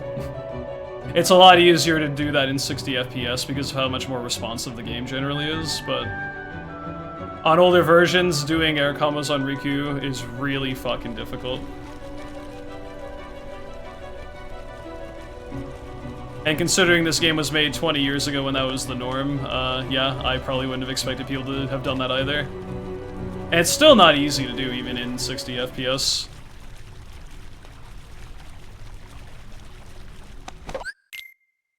But on 30 FPS versions, air comboing is really difficult to manage properly.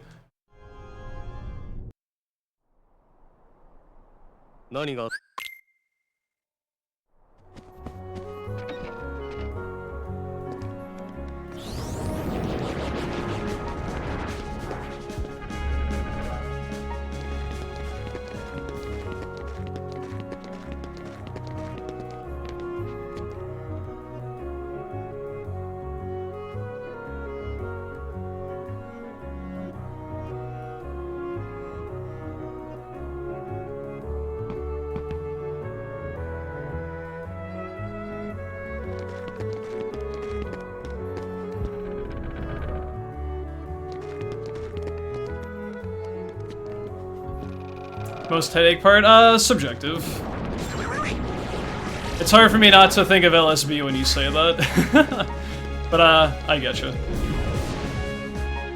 The part of the run where it's completely up to Genie to, you know, get rid of Behemoth is never that relaxing, especially when you're on a decent pace. Yeah, McSqueegee, how runs be going? First run was messy, this run is not too bad. If I can keep up with my run until I get to my big time saves toward the end, I think we'll be in a good space, but that's yet to be seen. Thank you for the good luck, Young.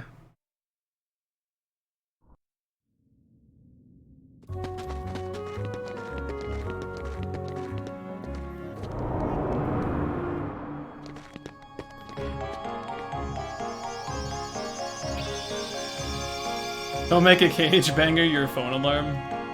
I may or may not have a persona banger as my phone alarm in modern day, but I'm not gonna talk about that too much.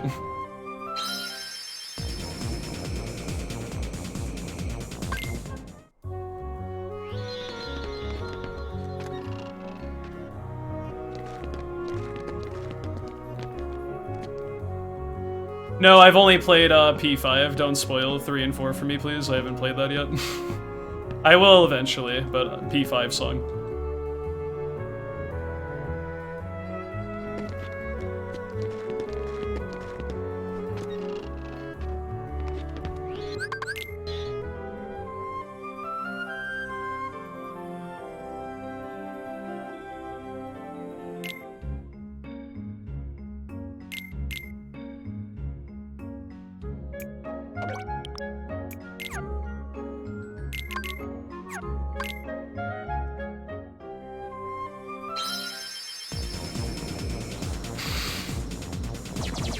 I'm just gonna be that guy that stands off to the side while the tomatoes are being thrown and just not say anything.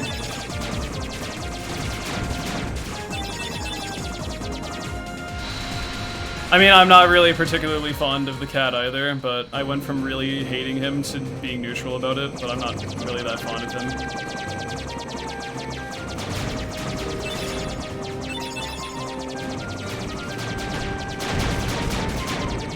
I overblew that pretty hard, but it was mostly just because I wanted to emphasize how annoyed I was getting with him, but it kind of went too far at a certain point. And then I played Strikers, and he mellowed out a little bit, and I didn't mind him, but not my favorite character.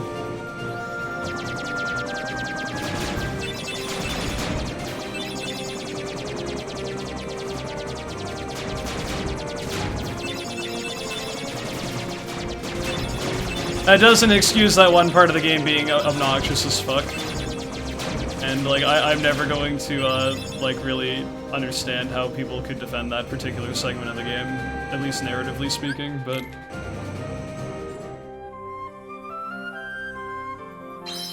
It is what it is, man.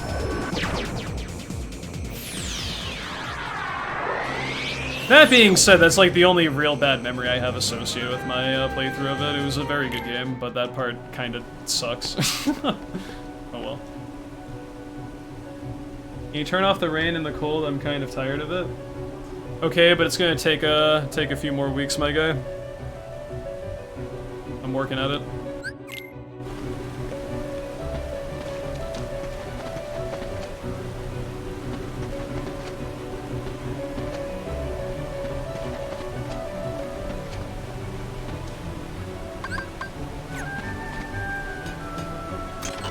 We had once in a decade snow here. Oh right, California. Be wild, and I forgot about that.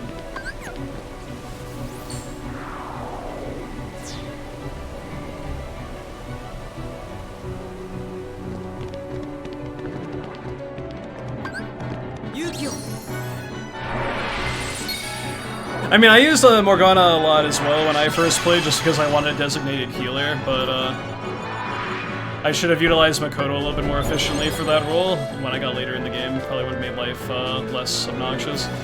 Life might have changed.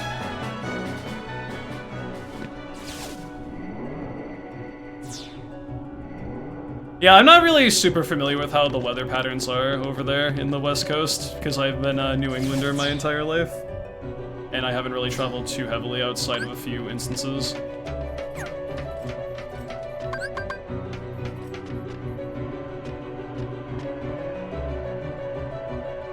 Like, Makoto is great because she's pretty good for damage and is also a decent healer on top of it, so she's very well-rounded as a character.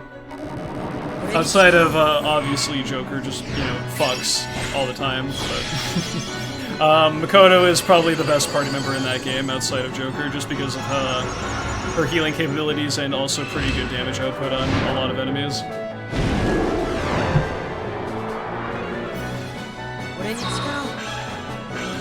I don't love Makoto as much as other people, but I do like her a lot.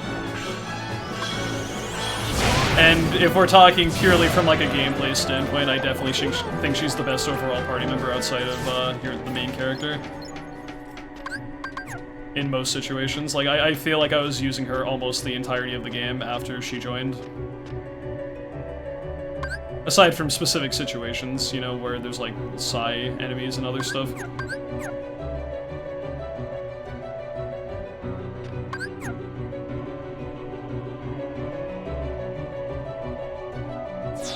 Don't get me wrong, I definitely gel with her.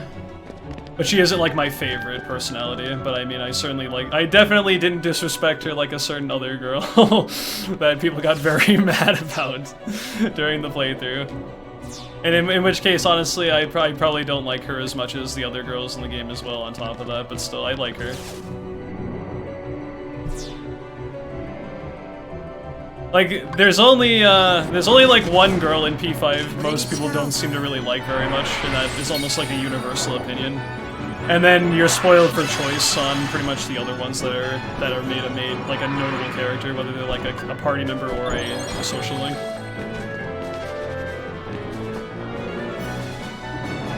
Oh, did you did Phoenix say the no-no word that you're not supposed to know about until like much later?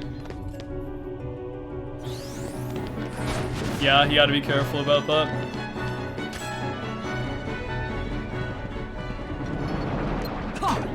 I find it funny that everyone, like, there's like a meme where Ouya is like referred to as like, oh no.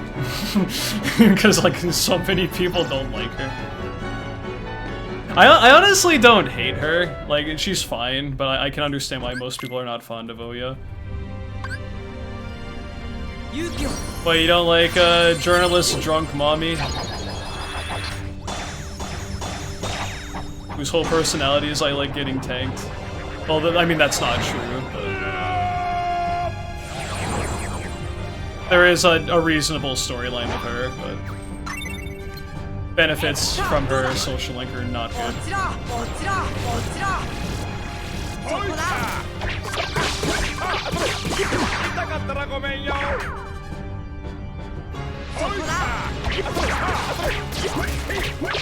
There's a lot of thunders and a stop. I'm not very confident in what this genie is doing for me right now, dude.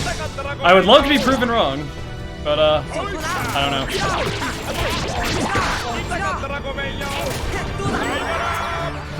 I don't think he did a very good job, but I guess we'll find out shortly.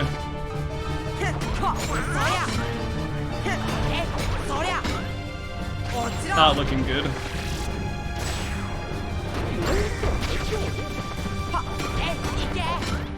No, I don't think he did well. Average, I guess. Average to below average. I think I got the same genie roll, like basically the same RNG last run, but that's too bad. If I was on a really good run, I wouldn't care that much, but that's like just bad enough to kind of make me a little uneasy.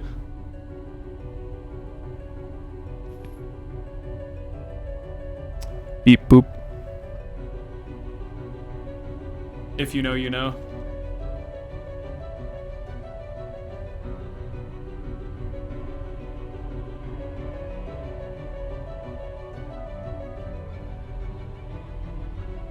Mist cannot skip this cutscene because this cutscene is an unskippable cutscene that he cannot skip because it is unskippable.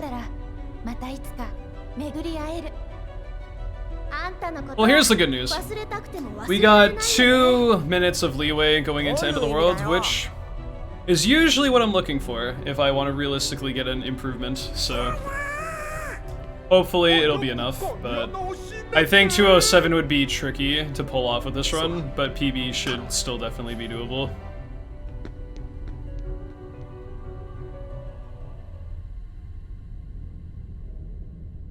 That line always have echo? Yes. I mean, it's an overlap from the exact same segment of the run from GDQ. And I don't have it specifically timed to the frame where it's synced up and everything, so I'm sorry if there's a slight echo with it. I just kind of play it when the scene generally begins.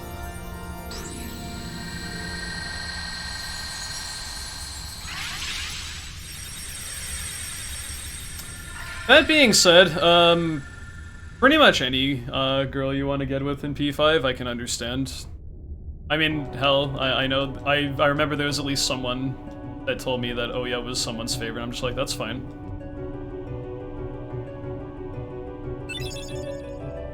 I'm not really like super hardcore about that kind of, you know, it's they give you the option for a reason, so let people do what they wish.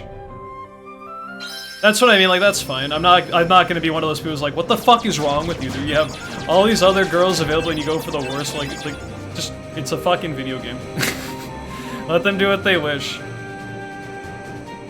There's a reason why a lot of people are together with certain other individuals, and there might be stuff they see in them that, you know, other people, it might not be the same, you know? There's someone out there for everyone, so let people respect their choices.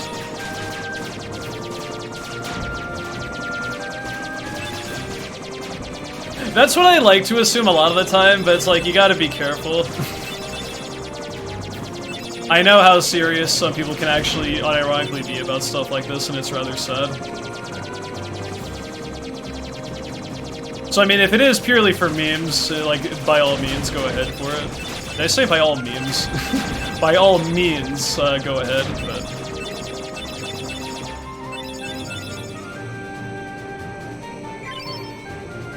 I am not always 100% sure, especially if it keeps getting brought up consistently whenever there's like hot takes, quote-unquote, about people's view on characters.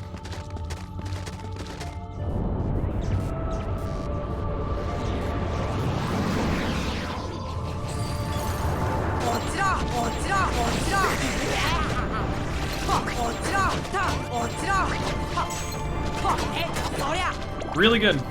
Really, really good.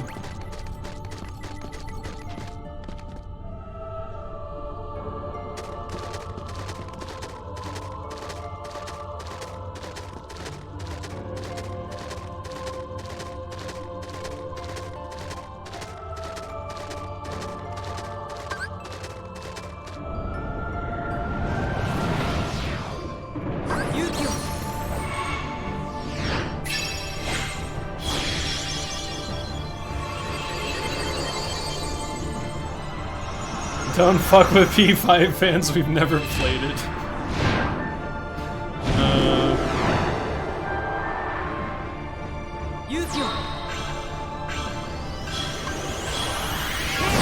Yeah, big Yoshizawa fan as well. That's the person I went after, out of all the selections to do the stuff, you know. I appreciated what they added for her overall story arc in that game. Because she was not a part of the original Persona 5, and albeit some stuff with the final like chapter that P5 kind of goes into. I'm doing my best to tiptoe around this so I don't say anything like very blatant, but I'm still happy that you know, things ended up being the way that they were.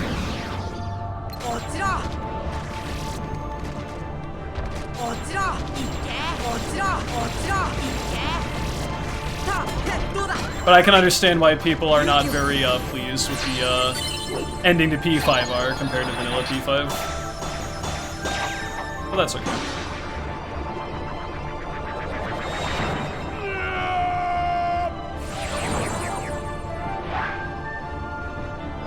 Yeah, I think I remembered hearing about that, how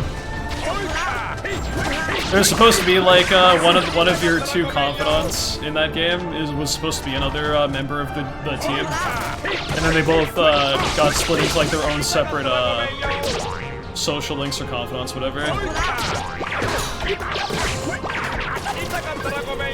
Because I know they're called social links in the other Persona games, just from looking up general wiki stuff and whatnot. Nice time save.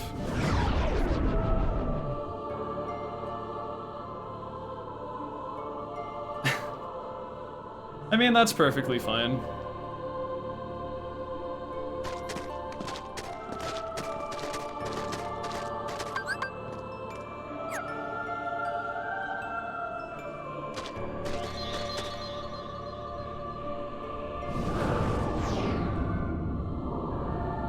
What an upgrade.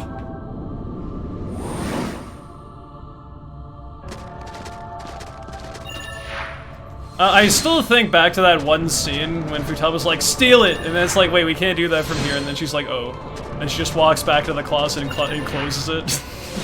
It's like one of the most memorable, like, bits of the game for me. Just like, okay, fuck this. I still laugh about that.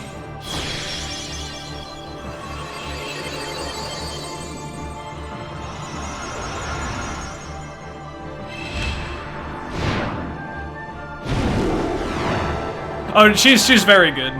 She's one of my favorites.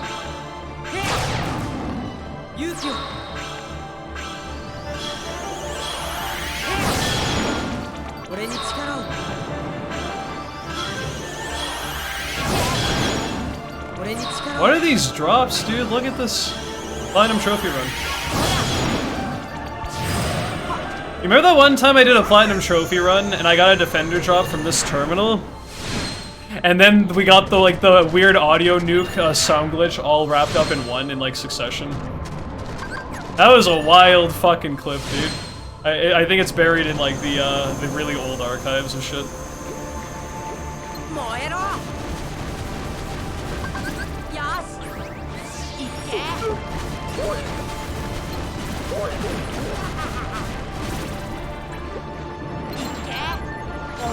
Yo, average bread, thank you. Ah, fuck.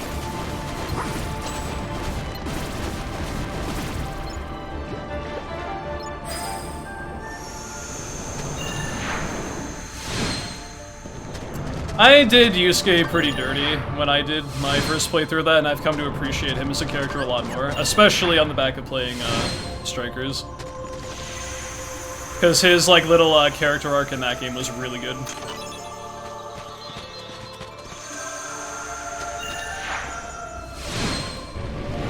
Yeah, it made me upset that I didn't treat him so well in P5R.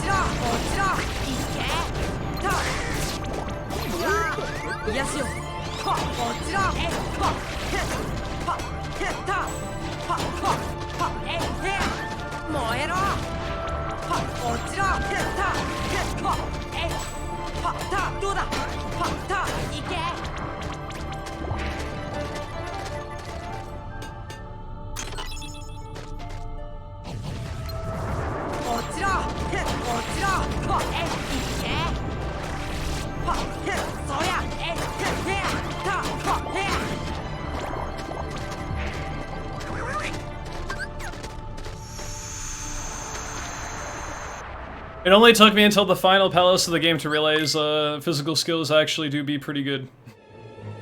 And when I play the later games, I'm not going to make that same mistake, because looking back, oh my god, I can't imagine how frustrated people must have been seeing that. I didn't want to use them, because I thought I was going to die from the HP you have to sacrifice to do those moves, dude. And that was kind of a faux pas on my behalf, because I played on Merciless the first time, and I just wanted to conserve as much HP as I could. But now I have a much bigger appreciation, and I understand how that works now, so I won't make that same mistake in later entries.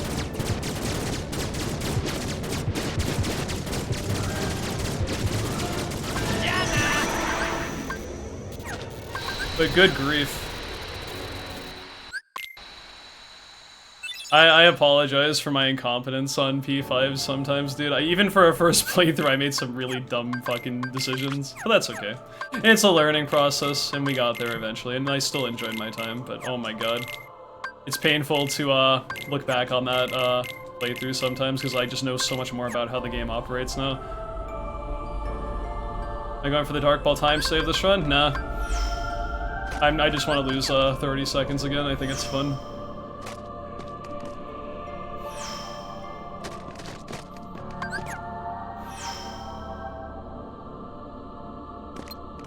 I mean, I am going for it, and hopefully I don't mess it up, but yeah, ideally we will save a lot of time on that split when and if the time comes for it. If we make it there. Still have a few more things to get through before that time save rises. Please get up there. Okay.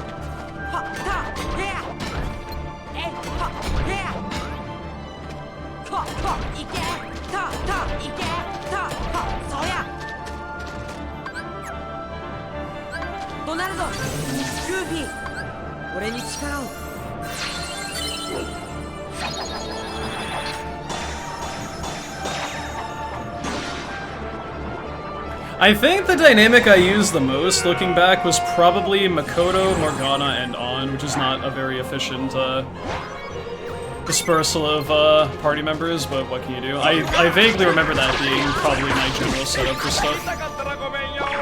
A lot of the time.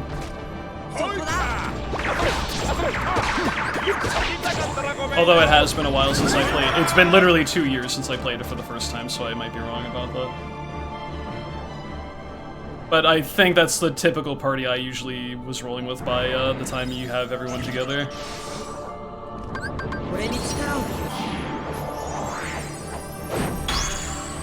Mostly just because I wanted to always have heals on hand, because I didn't mind waiting out fights. Which is probably not a very smart thing to do in the grand scheme of things, because the quicker you kill the dude, the less you have to worry about, but oh well.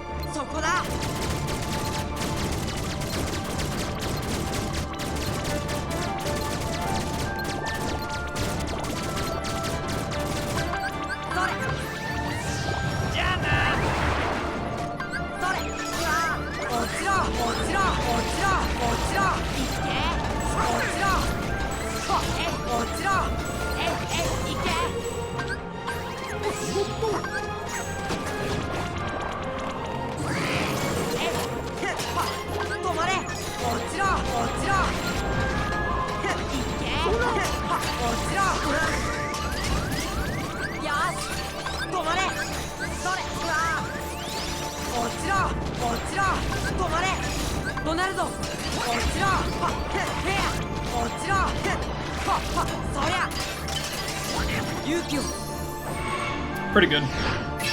Not perfect, a little funky, but not bad.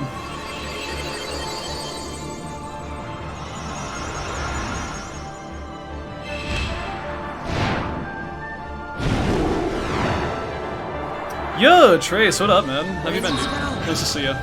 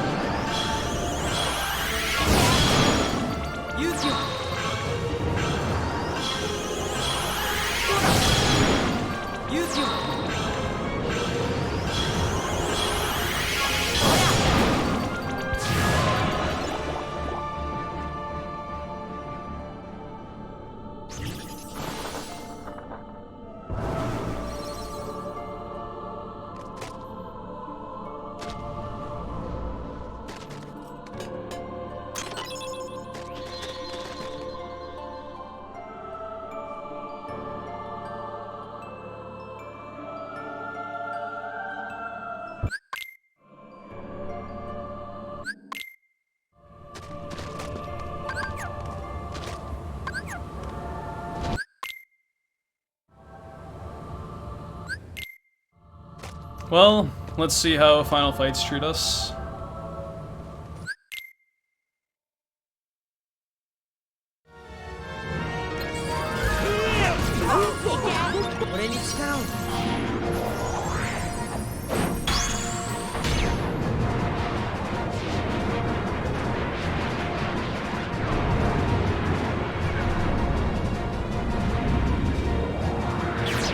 Thank you for the good luck, Seeker.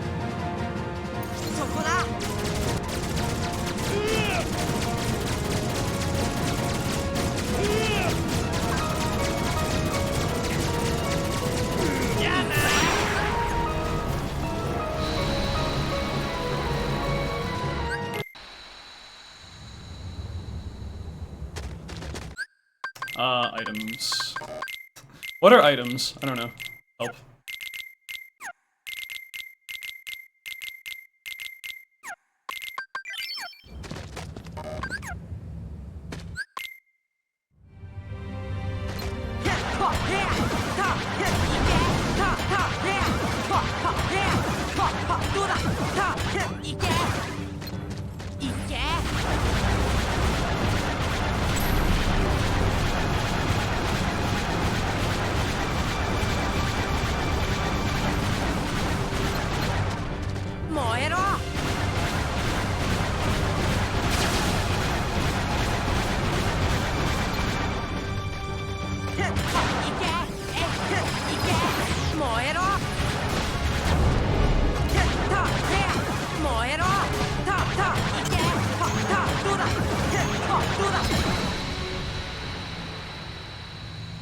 Yo, Chrome.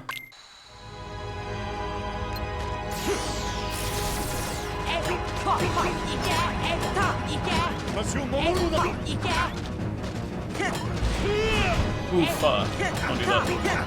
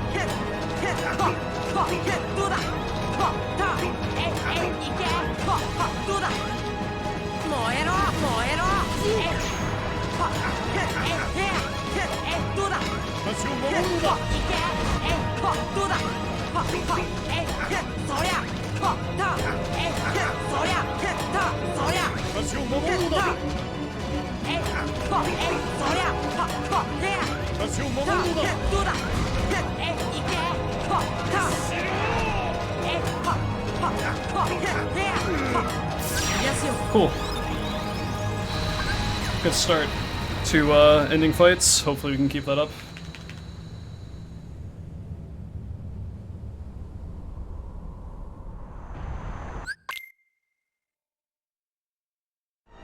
Not over yet. Definitely not over yet.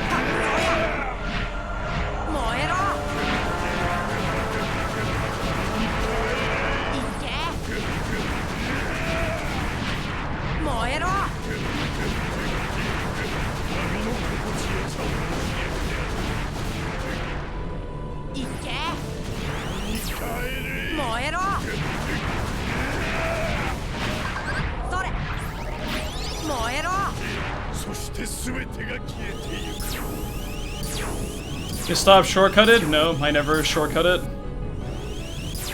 If you mean hotkeyed, I have to set that during artillery. Like from the actual magic menu, but it's not on my shortcut. I only use pure fire and gravity on my shortcut.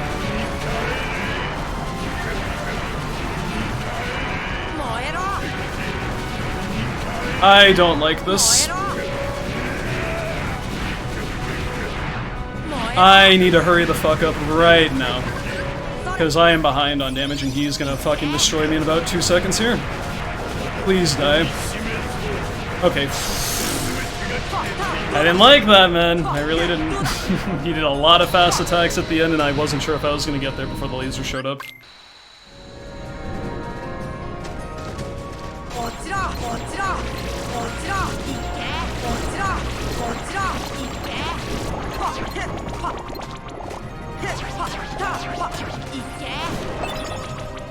Really good. Wow.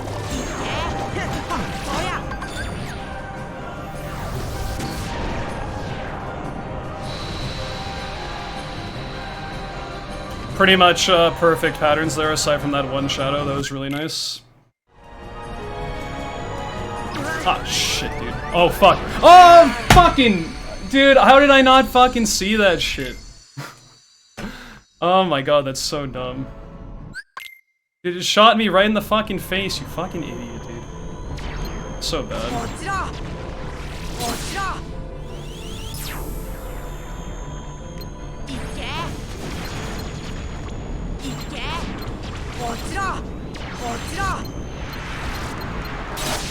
Whatever, come on.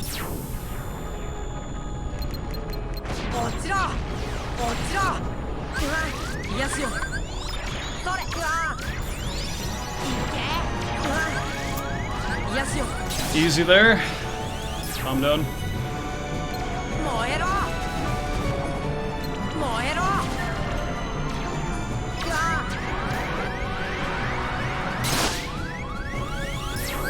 I am unironically kind of fucking this up though, just relax.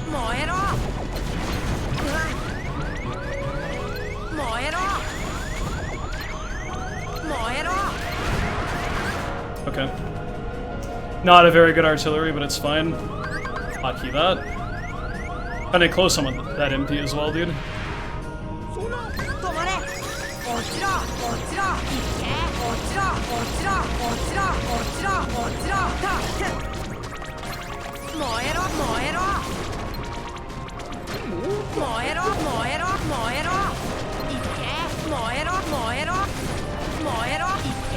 Dude, stop avoiding the fires.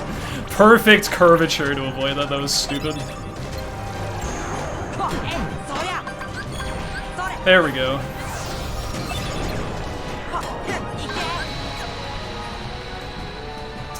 Now, just calm down and play like normal.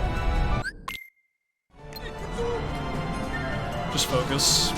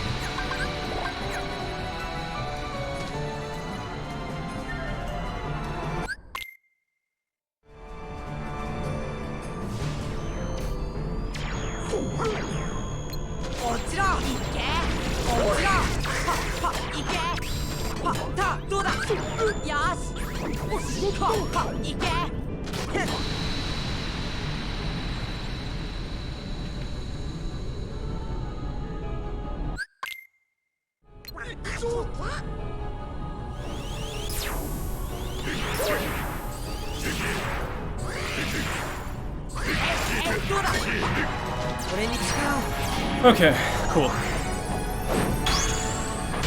Should be fine now. Hi, YouTube. Not over quite yet. Gotta finish him off, but unless something unbelievably, inexplicably horrific happens, we should be good.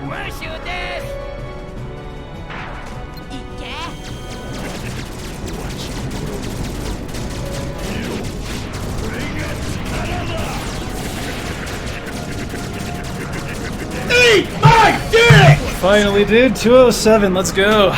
Fuck yeah. Woo, me, Miles here with the Deb Redeem. Hi, YouTube. That's actually one of these YouTube videos now because of that. At last, I didn't choke at the end. Let's go.